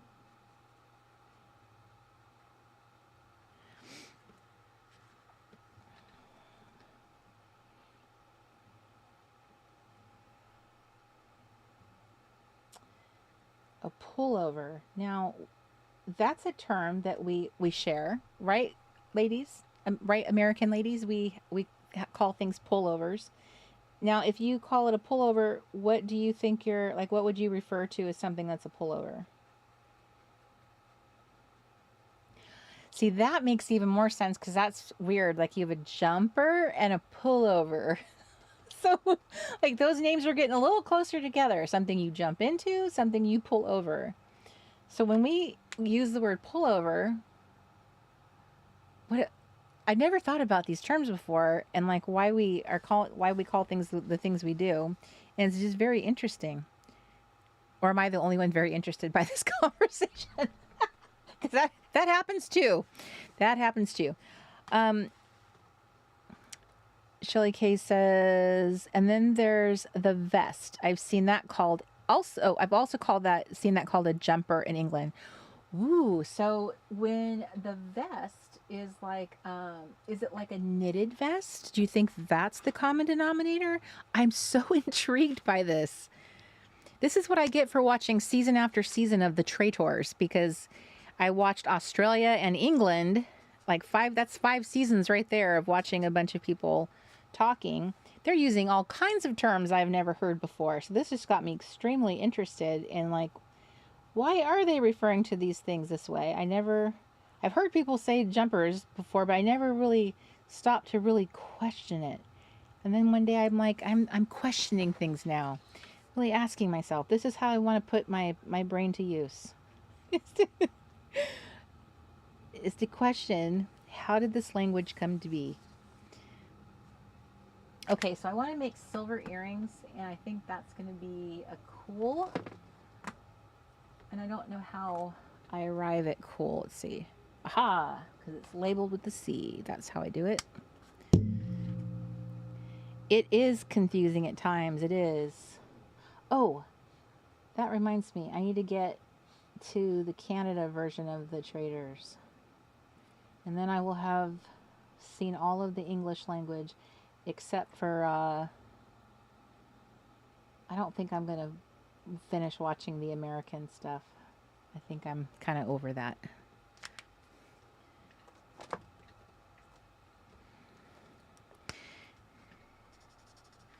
I will say we thoroughly enjoyed the New Zealand version of the Traders. That was by far my favorite.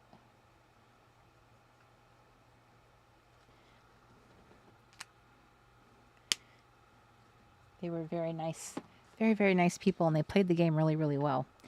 A friend's mother is from Great Britain, and the word they used for pregnant was stuffed. Like a turkey. Interesting. Now that's very close to the word chuffed, and I'm pretty sure chuffed and stuffed in those contexts are different. So I learned some I learned that like chuffed sounds like something that's like really exciting, and then gutted. Australians use this too. I was absolutely gutted. So that's another one I added to my little. Got to add that to it. So look how fast that one came together, and she's done. Beep bop boop bop beep, and done. Thank you, Kathleen. She says the origins of the jumper date back to the Middle Ages. The term jumper is from jersey, a knitted wool garment fishermen wear in the Channel Islands, particularly on Jersey.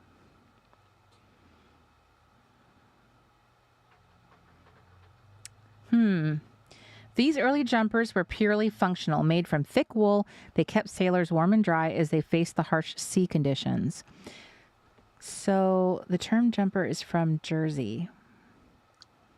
A knitted wool garment fishermen wear in the Channel Islands. Oh, okay. I had to read that sentence over again to grasp. So Jersey is an island that makes up one of the Channel Islands, and that particular garment was known as a jumper there. So we can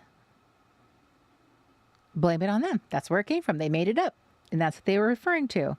And if it's a knitted wool garment by the fishermen, I mean, that's the lovely cable knits and all those great things. And what do we call those? There's a name for it. Does anyone know the name of those, the really beautiful, that type of knitting that you do? Like if you wanted to look up those type of patterned sweaters, they have a name for that category of knitting.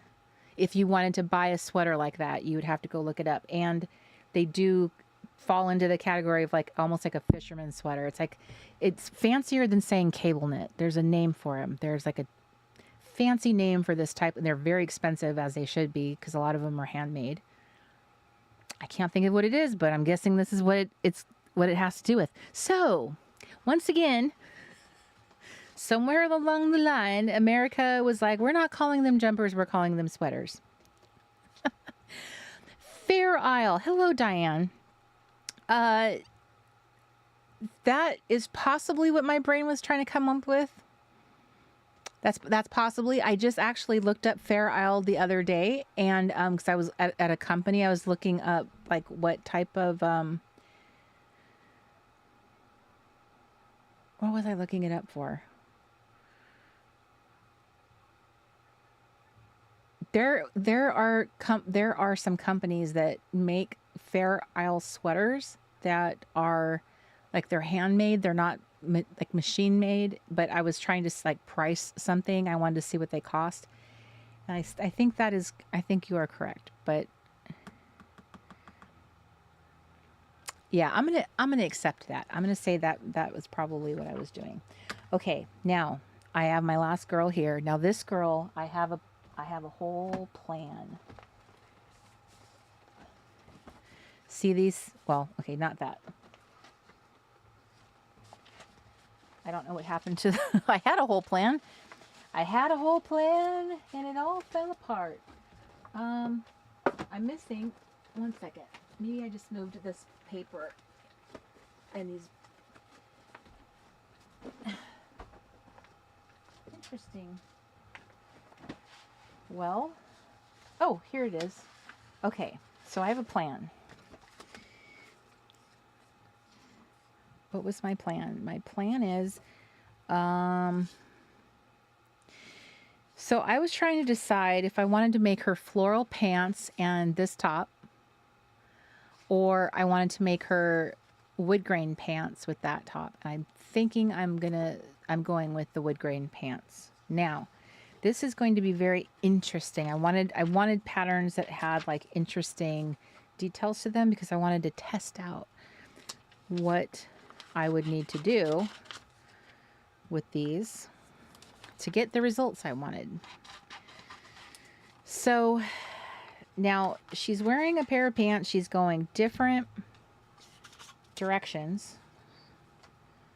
So if you were, let's see, okay, there's that one and this one. So I'm going to hold this pattern, I'm going to put it down on the pants.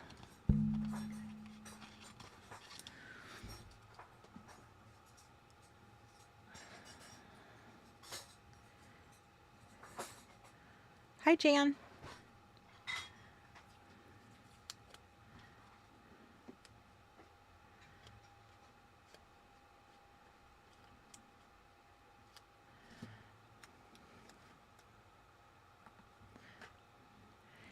Doreen says, this winter I purchased knit wool sweaters from Erin Sweater Market in Ireland. Nice and warm. Lots of compliments from others.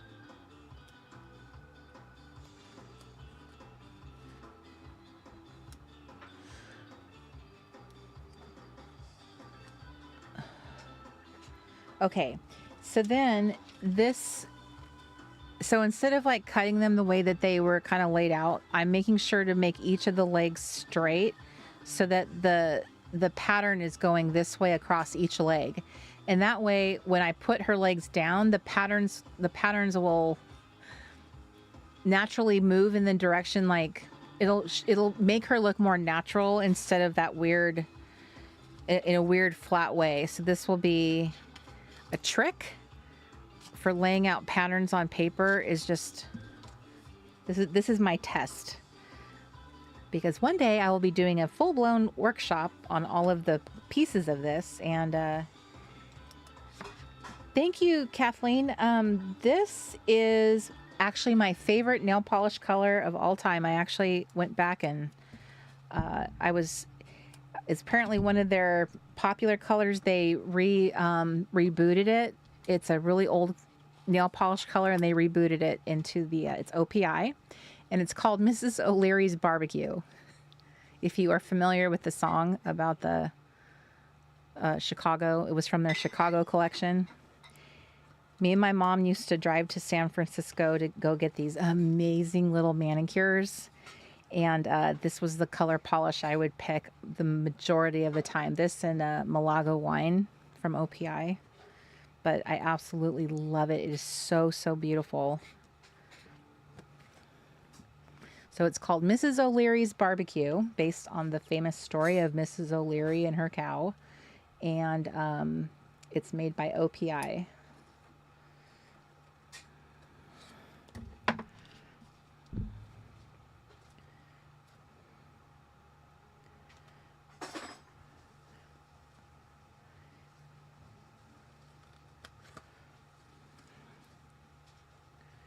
Yes, thank you. That I couldn't think of the right way to describe what I was doing. Cutting my fabric on the grain. Thank you.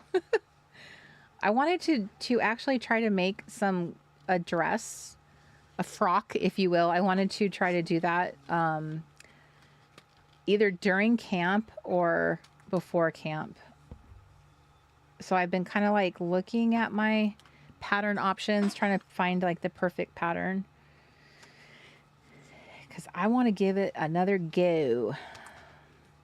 I've made a lot of different things, but it's been years since I don't know why there's a notch here, so we'll find out if that was needed or not.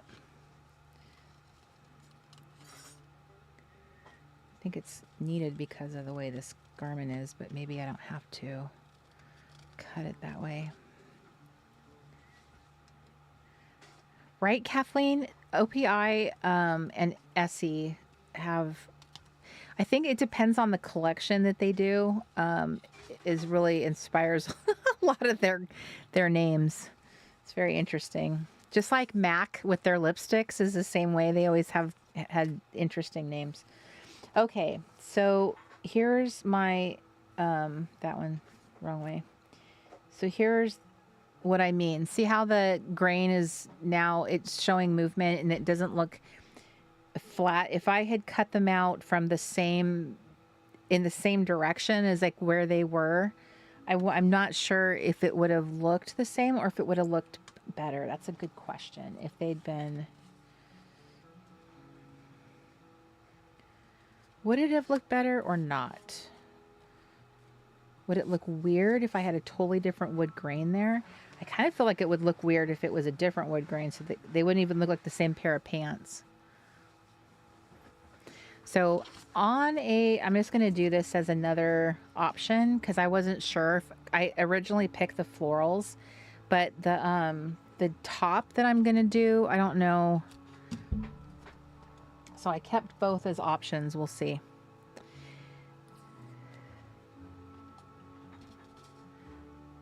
Exactly, Gail. You know where I learned that song? Girl Scouts on my camping trip. And it's been an earworm ever since. I taught it to my mom, and then she will pop up singing that song. She's done it so many times over my life, singing that whole song all the way through. But that's where I learned it from, was my Girl Scouts and going on the one camping trip that we went on.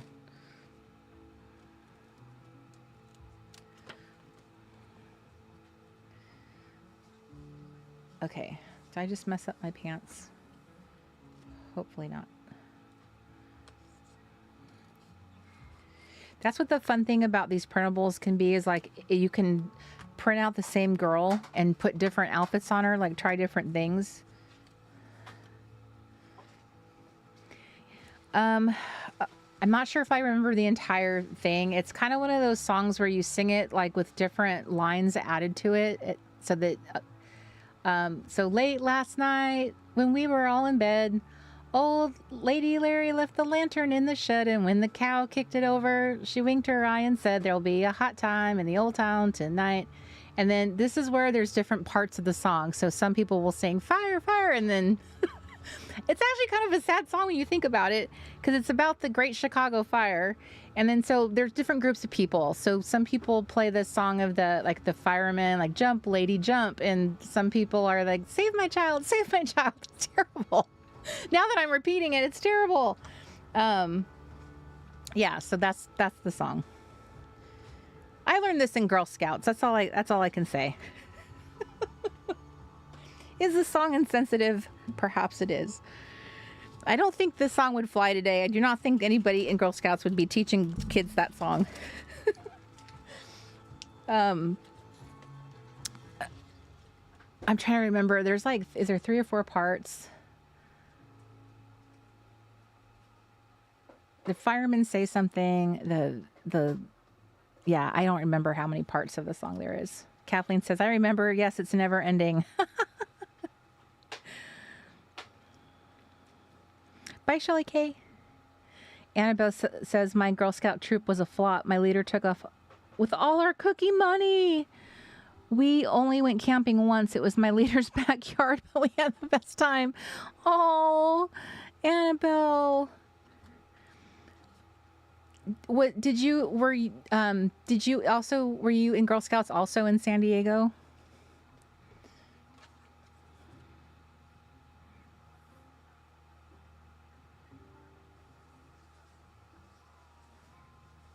So that's what floral pants would look like, and then this is what the wood pants would look like. So I'm not sold on the floral pants or not. I'm sorry that you were. I was in two Girl Scout troops, like one as a junior and then one as a cadet. I think that's how they were, but it wasn't very long. Hart Park.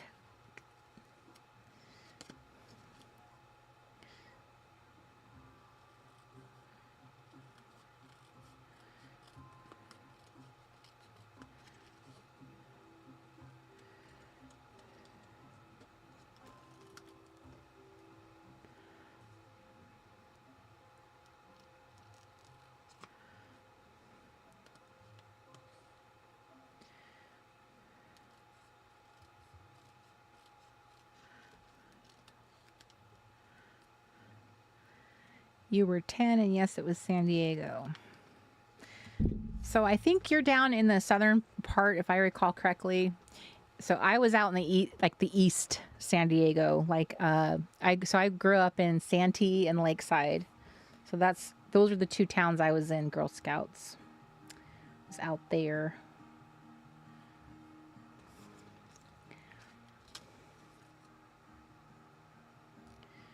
That is this leg. What happened to my other leg?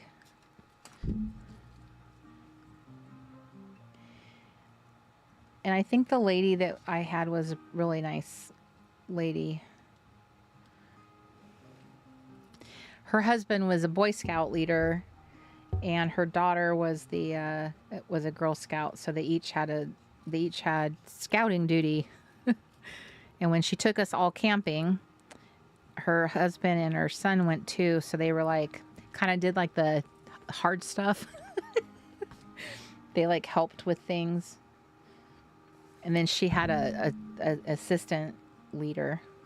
So there's the floral pants. So I wasn't really sure if I was going to like them or not. So I kind of kept them as an option. But I think with this top, I had a feeling that I would probably end up liking this. Was my gut feeling was I was going to like this better.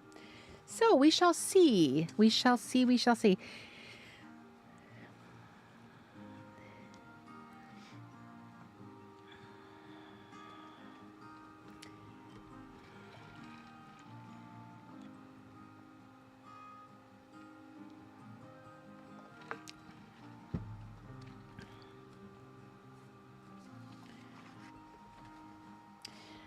Oh, I'm sorry, Annabelle. That sucks.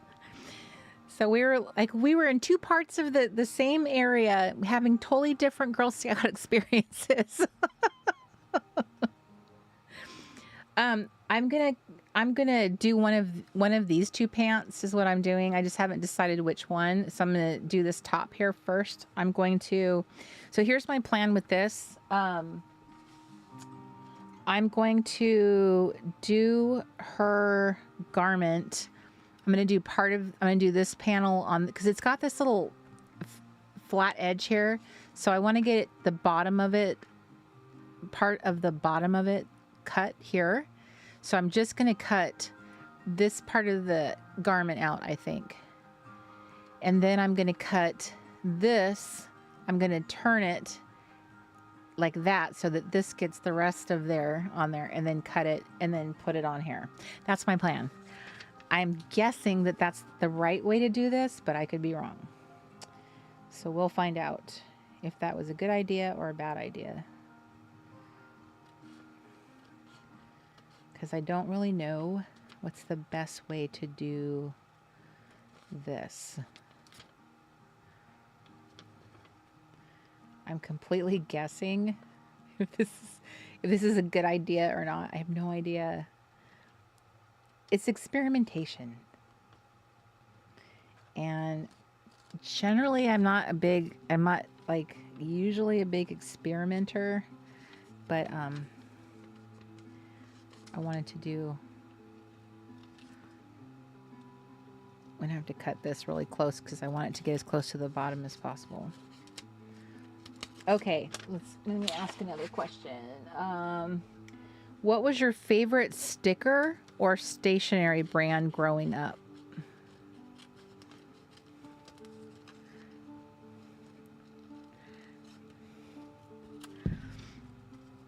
Okay, so here's her bottom of her.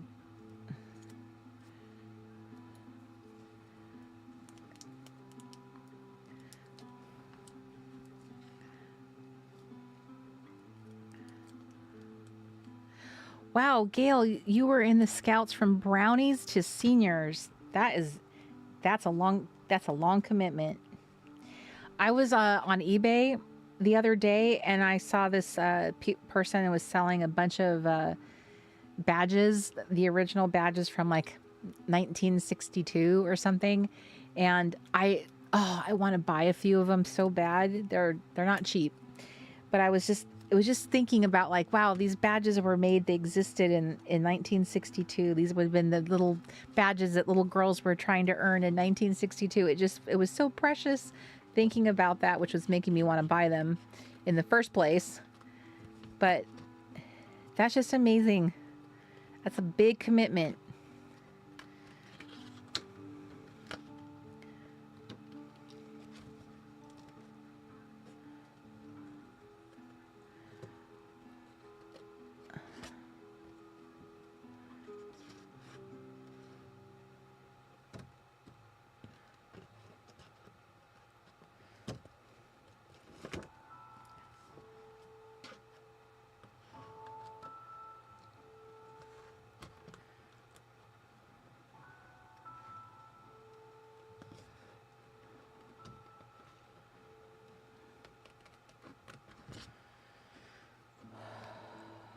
Okay, so I just lost all the cutting on here.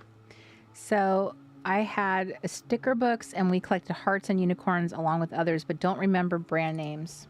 Also had pages of scratch and sniff. We definitely had those scratch and sniff.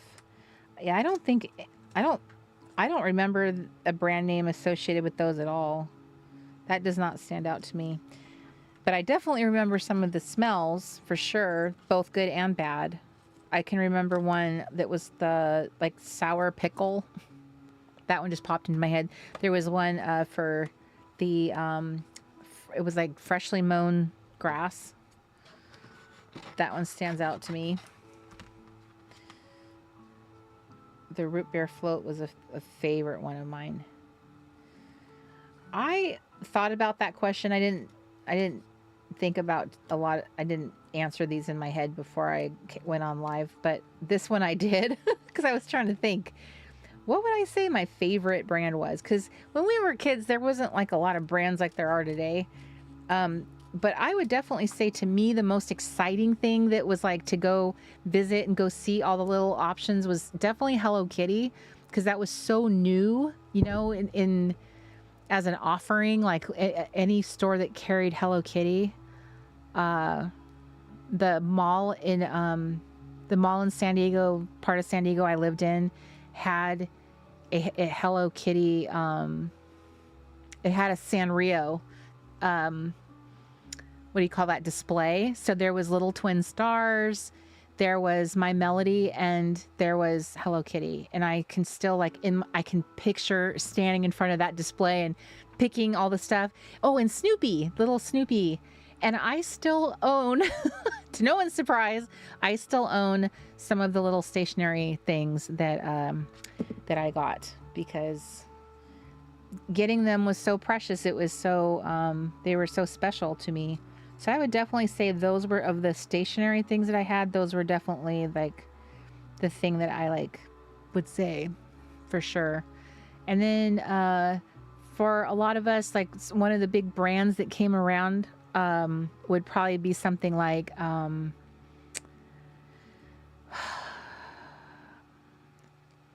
trying to remember the name. It's Mrs. something. It's not, my brain wants to say Mrs. Fields, but it's not a cookie. It was Mrs. something, Mrs. something. She came out before she came before Lisa Frank. You guys know this brand. You could buy all the stickers on rolls. Like, so for the first time, these stationery stores or like little tourist shops or any store that was like, they kind of were like in more little upscale shops. They would have the sticker rolls and you could get little squares of stickers. That brand, which I'm trying to remember, wasn't it Mrs. something?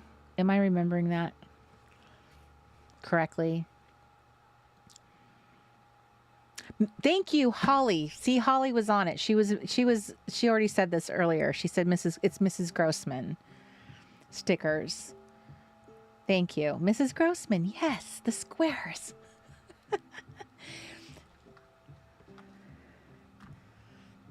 Okay, so here's part of that dress.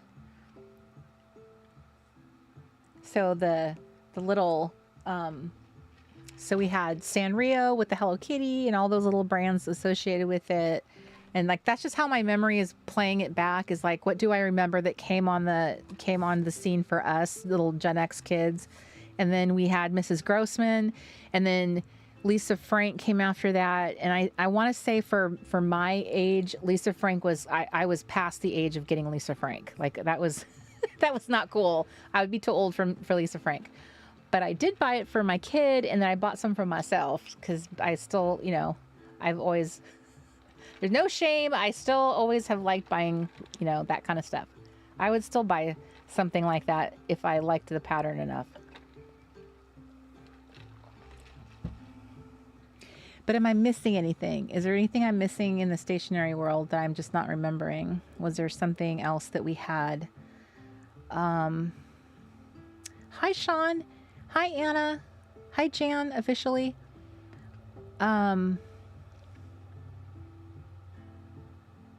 Chris says, scratch and stink cards. Scratch and stink. That's funny. From Super Nintendo game, Earthbound's Official Player's Guide. Such a gamer.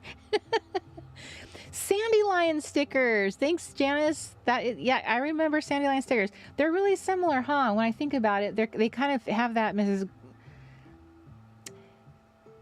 I don't know. Are they feel, maybe I'm not remembering it correctly, but do they feel a little bit like, do they feel like Lisa Frank stickers? Are they similar? I do remember them. I know I had them. Had some.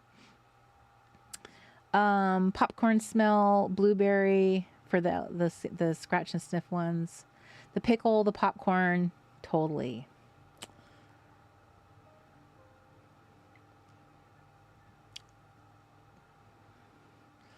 Sean says, my parents worked for an aerospace company. My mom would bring home the most amazing scratch-off images, some alphas in various aircraft. The colors were only red or black, but they were so cool. You were probably the most popular kid. Look at my stickers.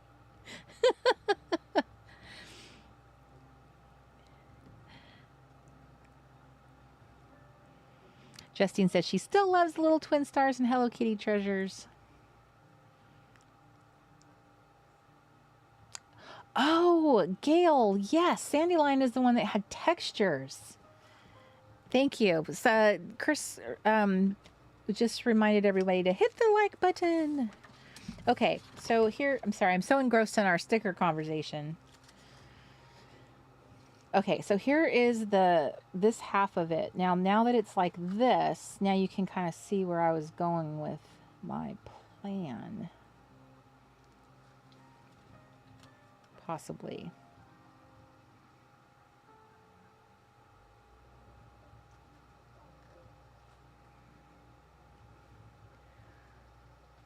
Yeah, I don't know. I just feel like I'm going to like these brown wood pants better. They do look better in real life than they are on the camera, I think. So the rest of that image, the rest of that pattern, which has evaded me, where did it go? It's right here. Now I just need to remember when it goes down, instead of doing it at an angle, because see how that line that goes across, it will make it look like it's at an angle, is turning it this way and cutting it. That way, when I put it on her body, it'll turn with her. So it'll hopefully look better that way. I think these are just the little subtle things you have to remember when you cut paper, is thinking about how it's going to be on her body. And I'm just trying to I'm just myself trying to figure out, how is this going to work? How is this going to look? And also still thinking about these weird details that I still have to deal with. Like look how much that, maybe I'll move it over here and do it. I don't want to waste a lot of paper.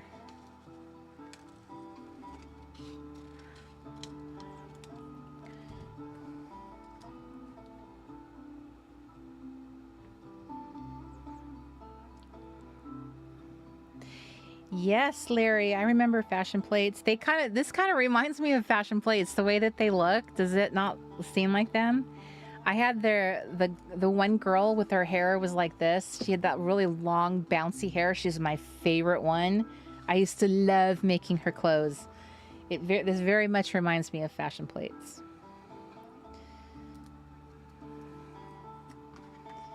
My brother had the Monster Maker. It was a it was monsters and action figures, so you could mix them up and make different like variations. So you could make an all monster or an action figure, or make combinations of them. So he had that version, which I think was actually quite clever. And if you recall, they had another one that came out too. It was a small one. It was pink and brown, and it was it made greeting cards. So you could make like a thank you card. You could make a birthday card. So it had little plates in it too, and you could make little cards. And that was another favorite thing I had. So I don't know how I'm going to do this one band. I think what I might do with this little piece right here is maybe, I don't know if it's going to look weird. I don't want it to look weird. I want it to look cool. But I might get another piece of paper and cut it out of a different paper and paper it over her and then tack it with some enamel dots, because I think that would be cool.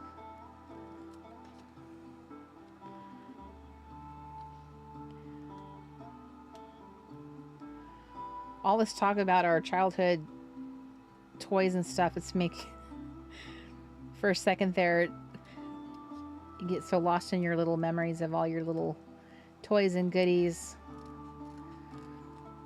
I don't know, it makes you think about things so differently. Sometimes I realize, like,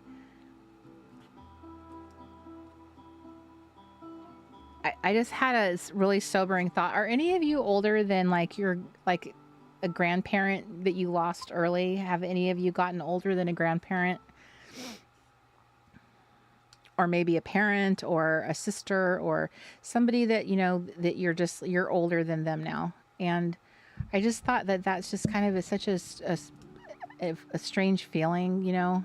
I was thinking about this because one of my grandparents, my grandma, who's really, really special to me, she's definitely she's the first grandparent that we lost. She was my dad's mom, and everyone in the family, like, adored her.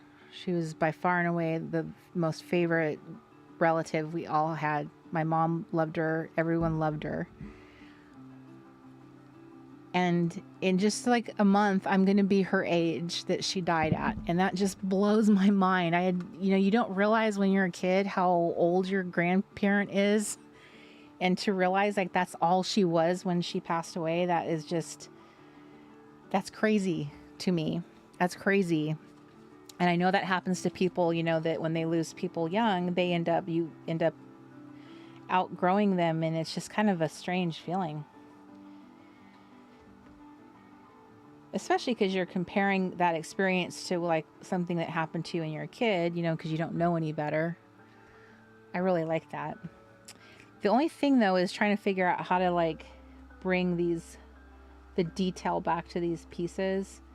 I had to cut this apart in order to get this to work, because, like, it's kind of at an awkward stage. So what I'm going to do, I think, is maybe I can tape. This is what I'm going to try to do. I'm going to try and tape them back together on her body and then see if I can add the detail. There's no way to really, because I wanted to have that detail, that line, and the only way I could accomplish that is to do what I just did. So now I got to tape it back.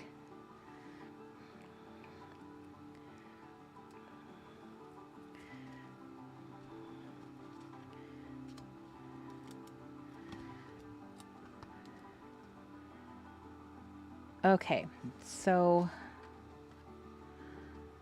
I'm just going to do it from the back, maybe? Is that weird? Is that going to work? No, it's not going to work because this is not really exactly fitting on her body. It is not a perfect fit. I know why it's not a perfect fit is because I chose not to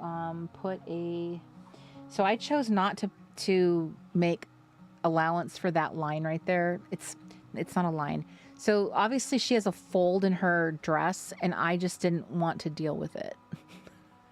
Is basically what it is. One way in which I could deal with it, let me see here.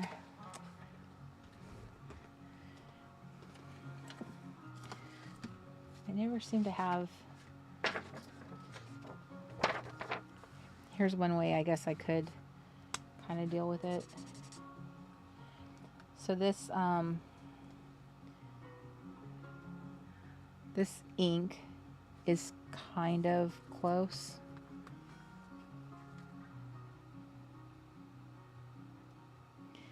So I'm going to color in this.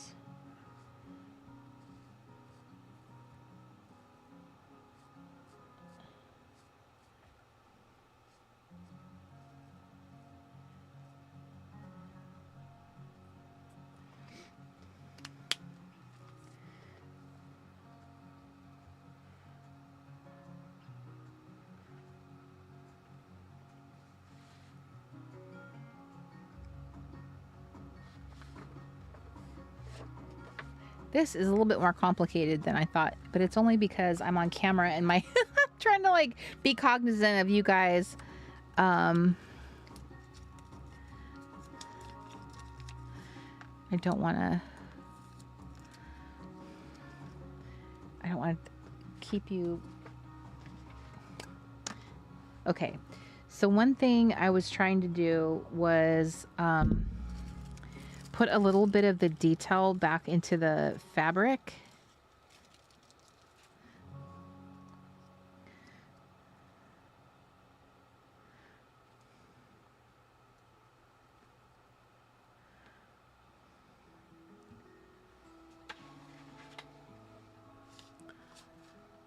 Oh, there it is.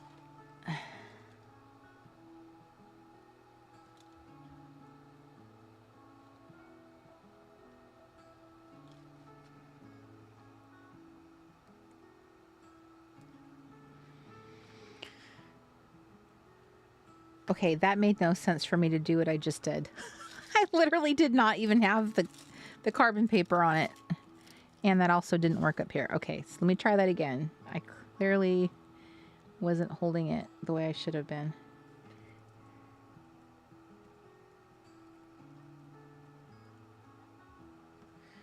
Okay. I almost did it again. There we go.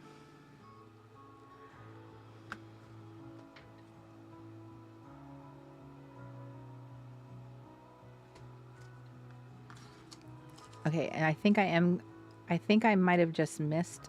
I didn't miss it. That's not what happened. Shoot.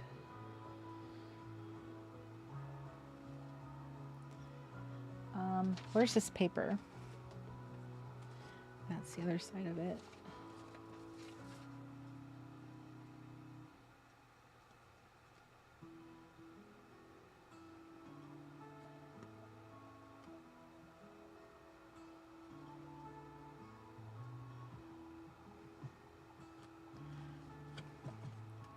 I have no idea if what I'm about to do is going to work or not.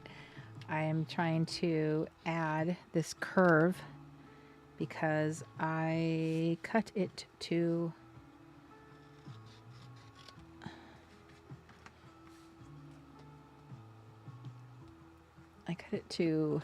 high and I missed it.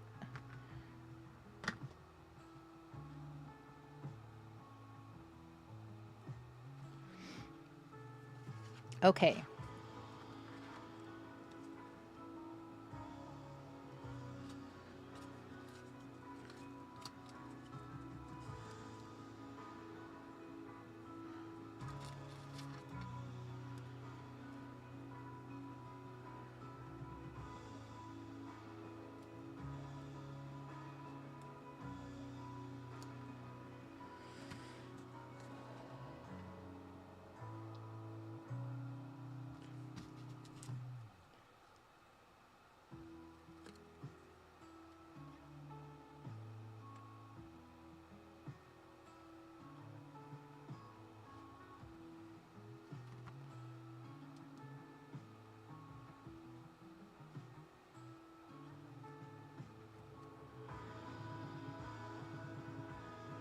This is very interesting.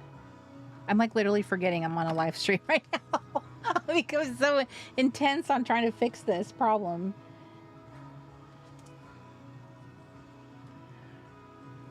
Like, are you guys still here?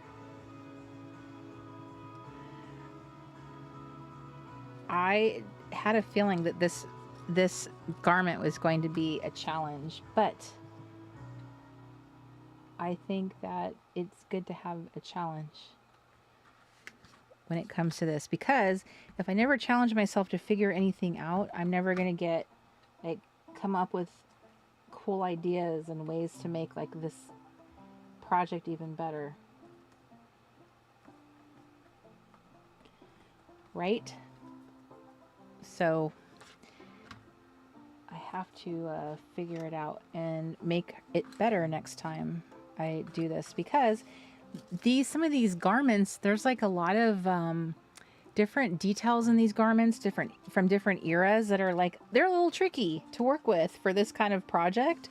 And so it's like I'm going to have to figure it out, or there's going to be lots of honeys that I will not be able to craft with, and that's no good.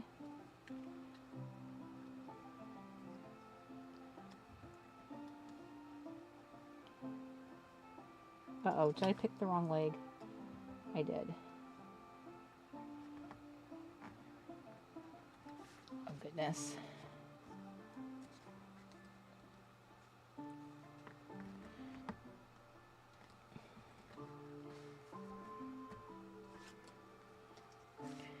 Okay, so I think we got most of her on here.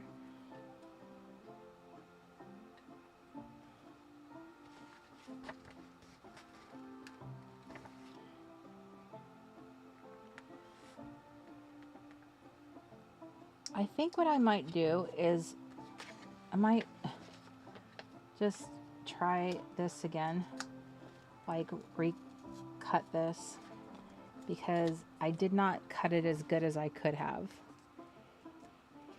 And I have more of this paper, so I may as well try to fix it before I go any further and have regrets every time I look at it, right? If I can fix it, I should fix it.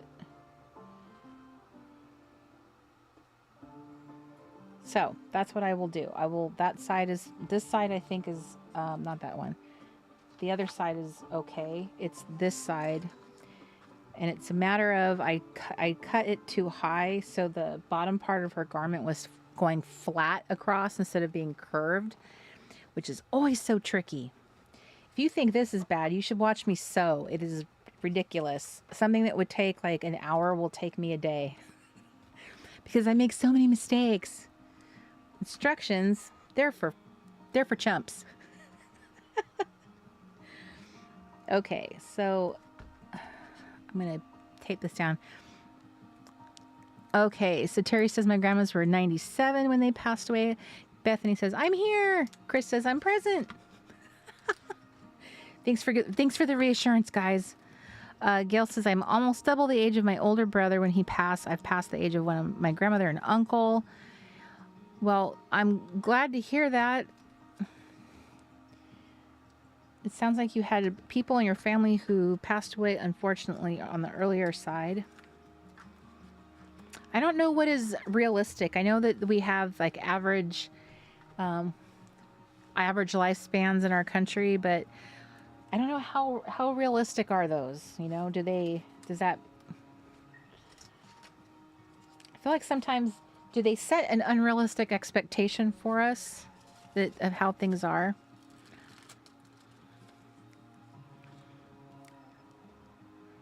Denise, sounds like you had grandparents who lived good long ages. That's awesome. I'm happy for you. And Justine, I saw your comment too. I'm glad you still have your mom as well. Okay, so we got her, and we're gonna cut this one more time. I'm gonna notch this.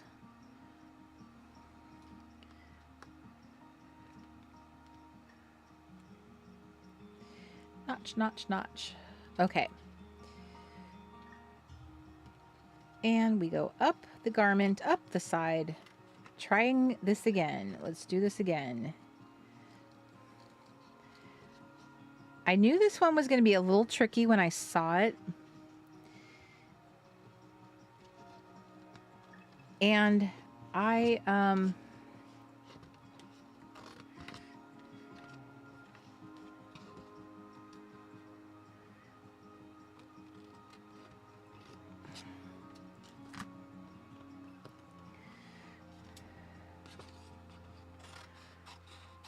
okay. I knew it was going to be a tricky garment when I saw it, but I was like, let's do it. I tend to shy away from these type of projects, especially for the LNCC. I'm like, I'll just pick the easiest garment on there, you know, to make it go fast. But sometimes I feel like, you know, sometimes I should pick something that's just a little more daunting, because it's good to exercise your creativity in terms of like your creative thinking. because creativity is not just like how we place paper or how we glue things down, but also our creative problem solving. How is the best way to resolve something? And I love that word resolve, because that often happens to us in crafting, especially like with, paper crafting. How do you resolve something? I often find that one of the biggest reasons why I don't necessarily want to craft or do stuff is because I don't know, like, what will I do if I go take a step too far and I don't know how to undo it? Like, how do I get back, or how do I resolve where I am? And the more I realize, well, you're never going to learn how to answer that question if you don't get yourself in that position enough. One must find themselves in that position enough times to have like strengthened those little muscles. Good night, Floor. So I'm going to be doing some projects with these, Larry. Ultimately, what I would like to do is have some of these that I've done, use them in the workshop that I'm going to teach in Camp Reset, so that you will have ideas of what you could do with them too. And then they would be more exciting. The thought of doing them is more exciting because you could see the potential of like what you might, how they might show up in your life and what you could do. Because I just absolutely adore them. And it's so fun to do this. It's so fun to figure out like how I'm dressing them. And it does make me feel like, other way around. It does make me feel like I'm designing something.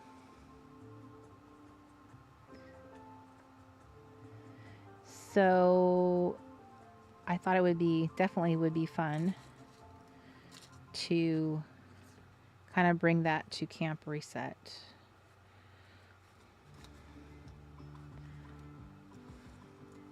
So that's where I thought I would kind of go into more detail on all of the ins and outs of this little project.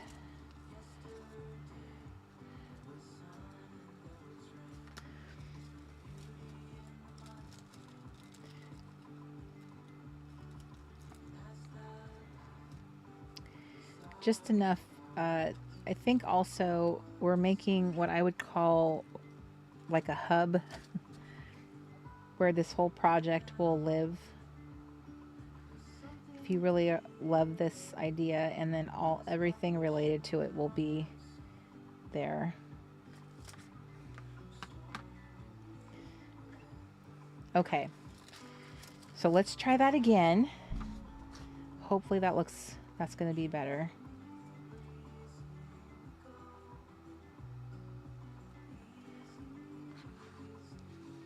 Yeah, that's way better.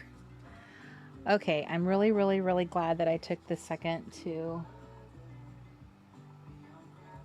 Okay, I'm going to wait on that one. So I colored that panel underneath, so now when this one gets laid down, it's shorter than that one. But you'll be able to see that dark color in between the panel.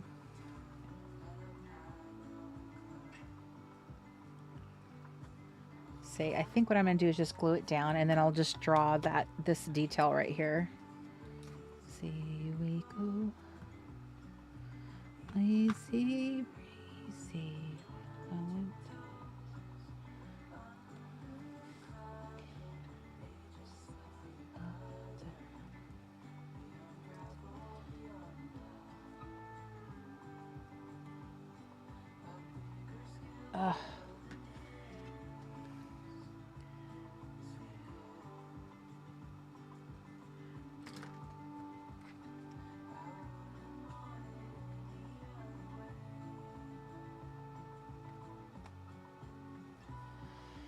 Okay, and then the final thing is,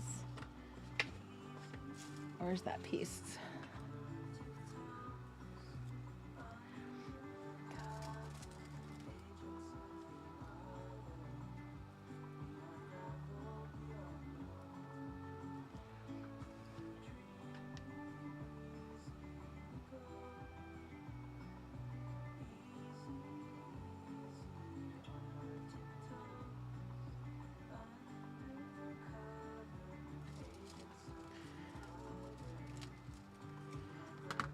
Okay, now I'm going to go back over this.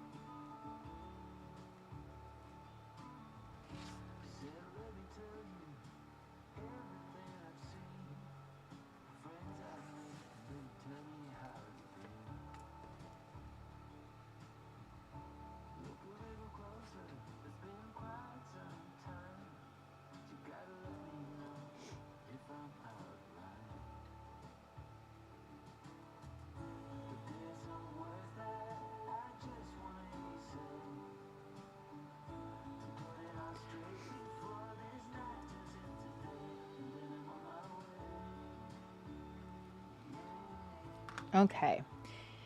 And then I'm doing those little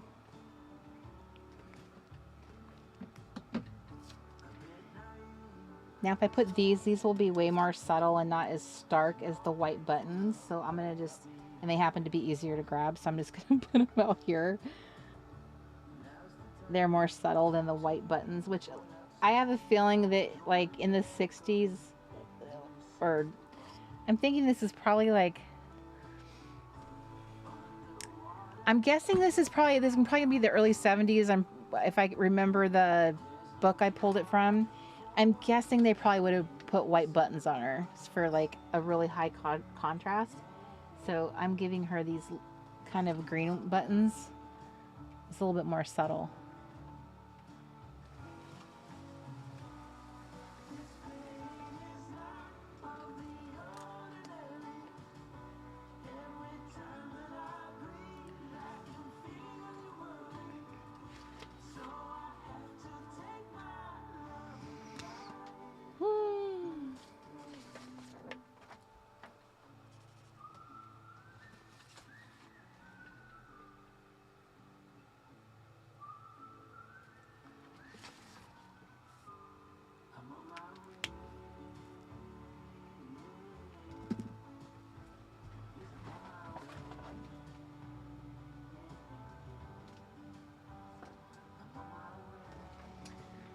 Okay. That's dark.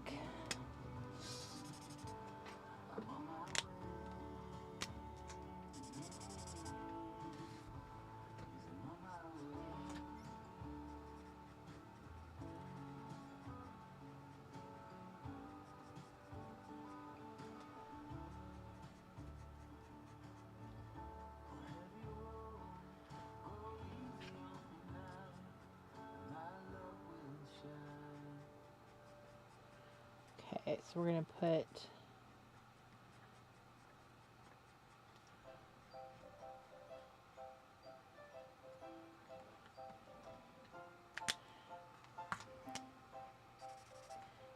these are really dark.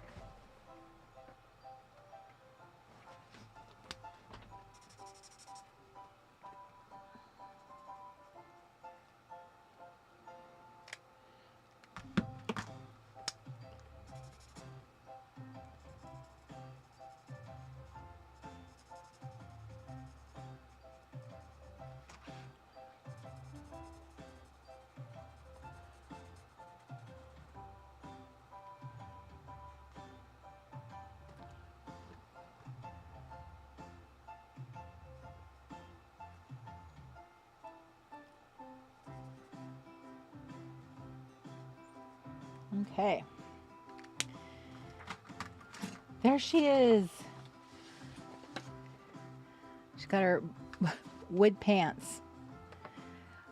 I thought it was an odd outfit myself, like proportions wise. Like this isn't something I could see any woman wanting to wear now, but it was very much all the rage in the pattern book. So I decided like, I'm going to try it. Plus I thought she was really lovely. And I thought our illustrator did a great job of rendering her. So I wanted to try it out. I don't know that I would have. I don't know what happened to her flowered pants. I don't know that I would have liked the outfit more with the florals.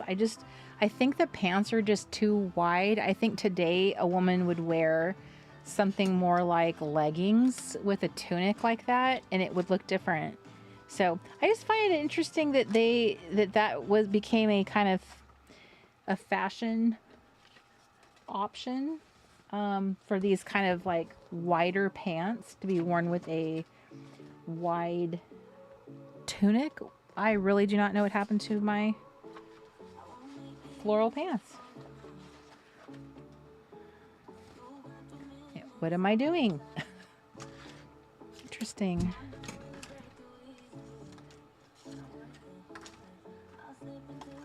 I don't see them anywhere. I just wanted to throw them on there and see if there was... Could you turn the music off, DJ?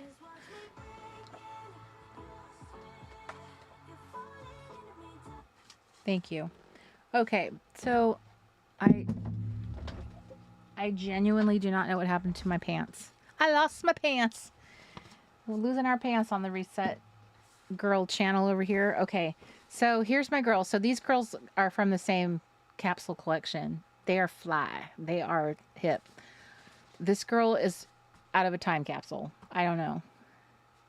She's rocking into this ear looking a little... She looks, I don't know. I would do something with these pants. I think the top, what she's wearing, is actually super cute. It really is. I absolutely love these little details and the mock collar. Oh, yes. So much yes. Don't love these. So anyhow, but that's just me. That's just me. But oh my gosh, OMG, OMG. I love these so much. These look so good. These little Gen X babes. Okay, my sweet friends. I went longer than I planned, but this was so worth it. So worth it. It takes a lot to dress a honey, you know? You don't know. You just don't. People just don't understand. Don't understand. It's so many choices. There's so many things. And plus you have to ask questions and engage your audience, right? We had to talk about our sticker collections, our Tiger Beat posters, theme songs stuck in our heads. We had to discuss all the things, right?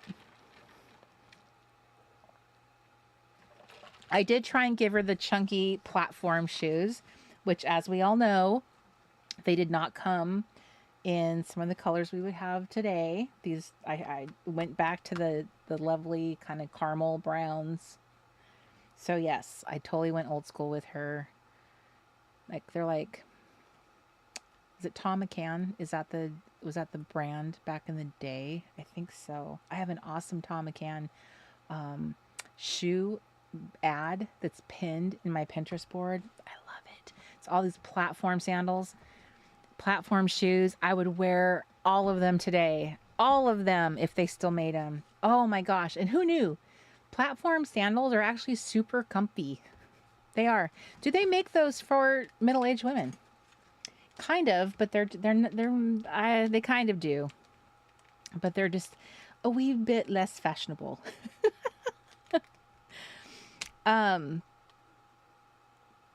Anywho, I did check the floor and I'm not seeing pants on my floor. It's like they literally were raptured off my desk. I have no idea what happened to them. I don't have any clue. You know, I'm always tossing around paper and moving things really, really, really fast. So, but it's a mystery because I don't see any. Right here. Here's a pant leg. I was just in the middle of saying, it's a mystery. Well, call me Nancy Drew. I just solved the mystery. All right, just real quick. Top down camera, please. Top down. So real quick. Does that make it better? I think so.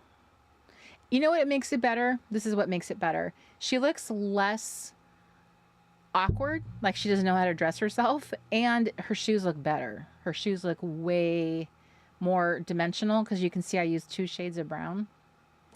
That gets a little lost with the brown pants. So I think what I'm going to do is do this. I'm going to give her, hey, some pants.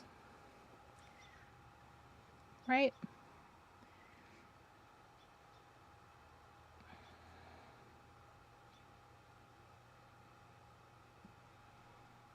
I think that looks a lot better.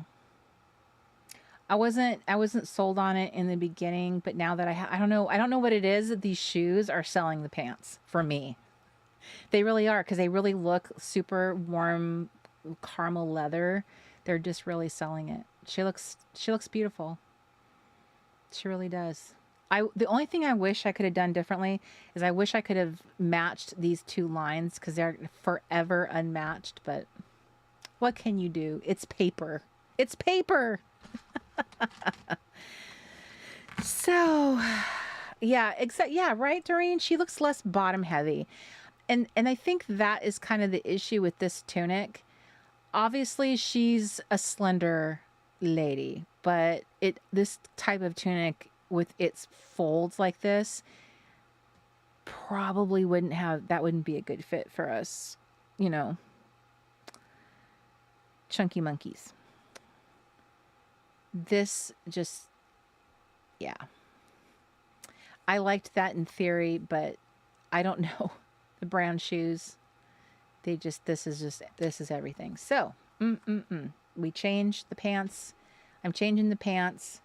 Now she looks more like art. Now I'm more proud of her. So this was my offering tonight. These are the honeys going in the books.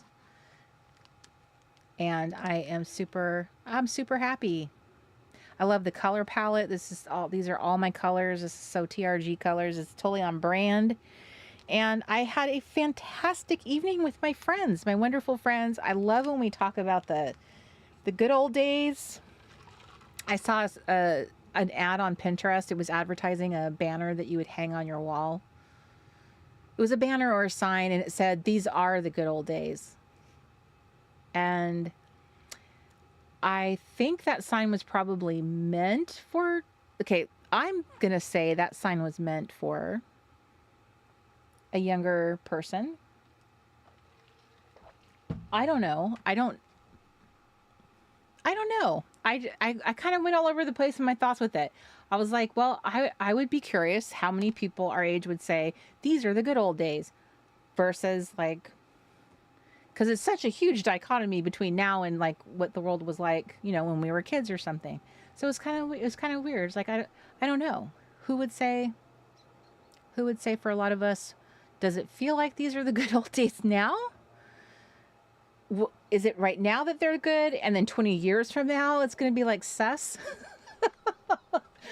So I don't know. It was just really, it was a sign that made me think. I'm like, I think that sign's meant for a younger person who's kind of like, when I think about someone who was born into the world and there was always technology, and it was always a certain way, then they would have no inkling or no grappling of what the world was like with, a dial telephone, and that dial telephone was attached to the wall. The fact that you had, a world in which you only had a handful of channels. I mean, some of us remember not even having cable TV. Just like so many things like that. So I think people in that category could, by and large, might say that, you might get very nostalgic and warm and fuzzy about the way your memories make the world seem like it was when you were younger. I don't know. But it was really funny for a moment just contemplating that sign. I'm like, who is that sign really meant for? Because I don't know how many of us, a lot of older people like today that I've heard or hear talking to, they definitely would not refer to anything like, they definitely refer to their youth as being the good old days. So very interesting. So anyway, I love your little faces, and I'm really glad that you were spending this evening with me. So 2 Fridays from now, we shall reconvene in the Crafty Club. This being the Crafty Club, Late Night Crafty Club, the back of my RV, in my little craft space together. And all you need to do is bring yourself and something to sip, perhaps jammies, who knows, and your little smiling self. That's all I need. If you want to craft with me, that would be delightful. So I will be showing up with a new set of ladies or something else. I never know. Maybe I'll have an idea to do something else. I'm not sure. I'm going to just stay in this lane till I feel like changing lanes. Right? So good night, good night, good night. And if you are not signed up for the newsletter, just one last pitch, be sure to go to trg.cafe because there's all the links to be signed up. And I appreciate that Chris and Janice stuck it out all the way to the end, because that doesn't always happen. And I appreciate all of you that stuck it out to the end also, because you know, I can get to talking and it can go late. But we had honeys to dress, and now they are ready for a lovely weekend. And I hope that you are about to have a lovely weekend too. So I love you guys. Be good, be safe, and I will see you in 2 weeks so we can get our crafty on and spend some cozy time together. So love you so much. Bye, everybody.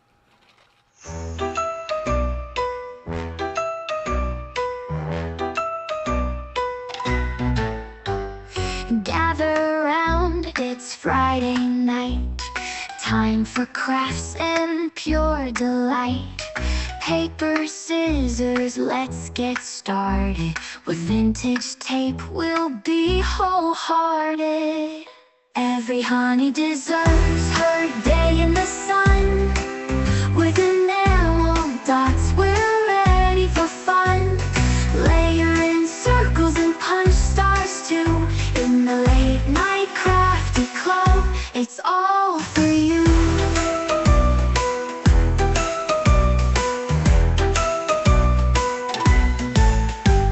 Blue sticks ready, let's make a plan. Planners in the office, supplies in hand. Honey half-seas and whimsy arrows, crafting magic like true heroes. Every honey deserves her day in the sun. With enamel dots, we're ready for fun. Layer in circles and punch stars too. In the Late Night Crafty Club, it's all for you.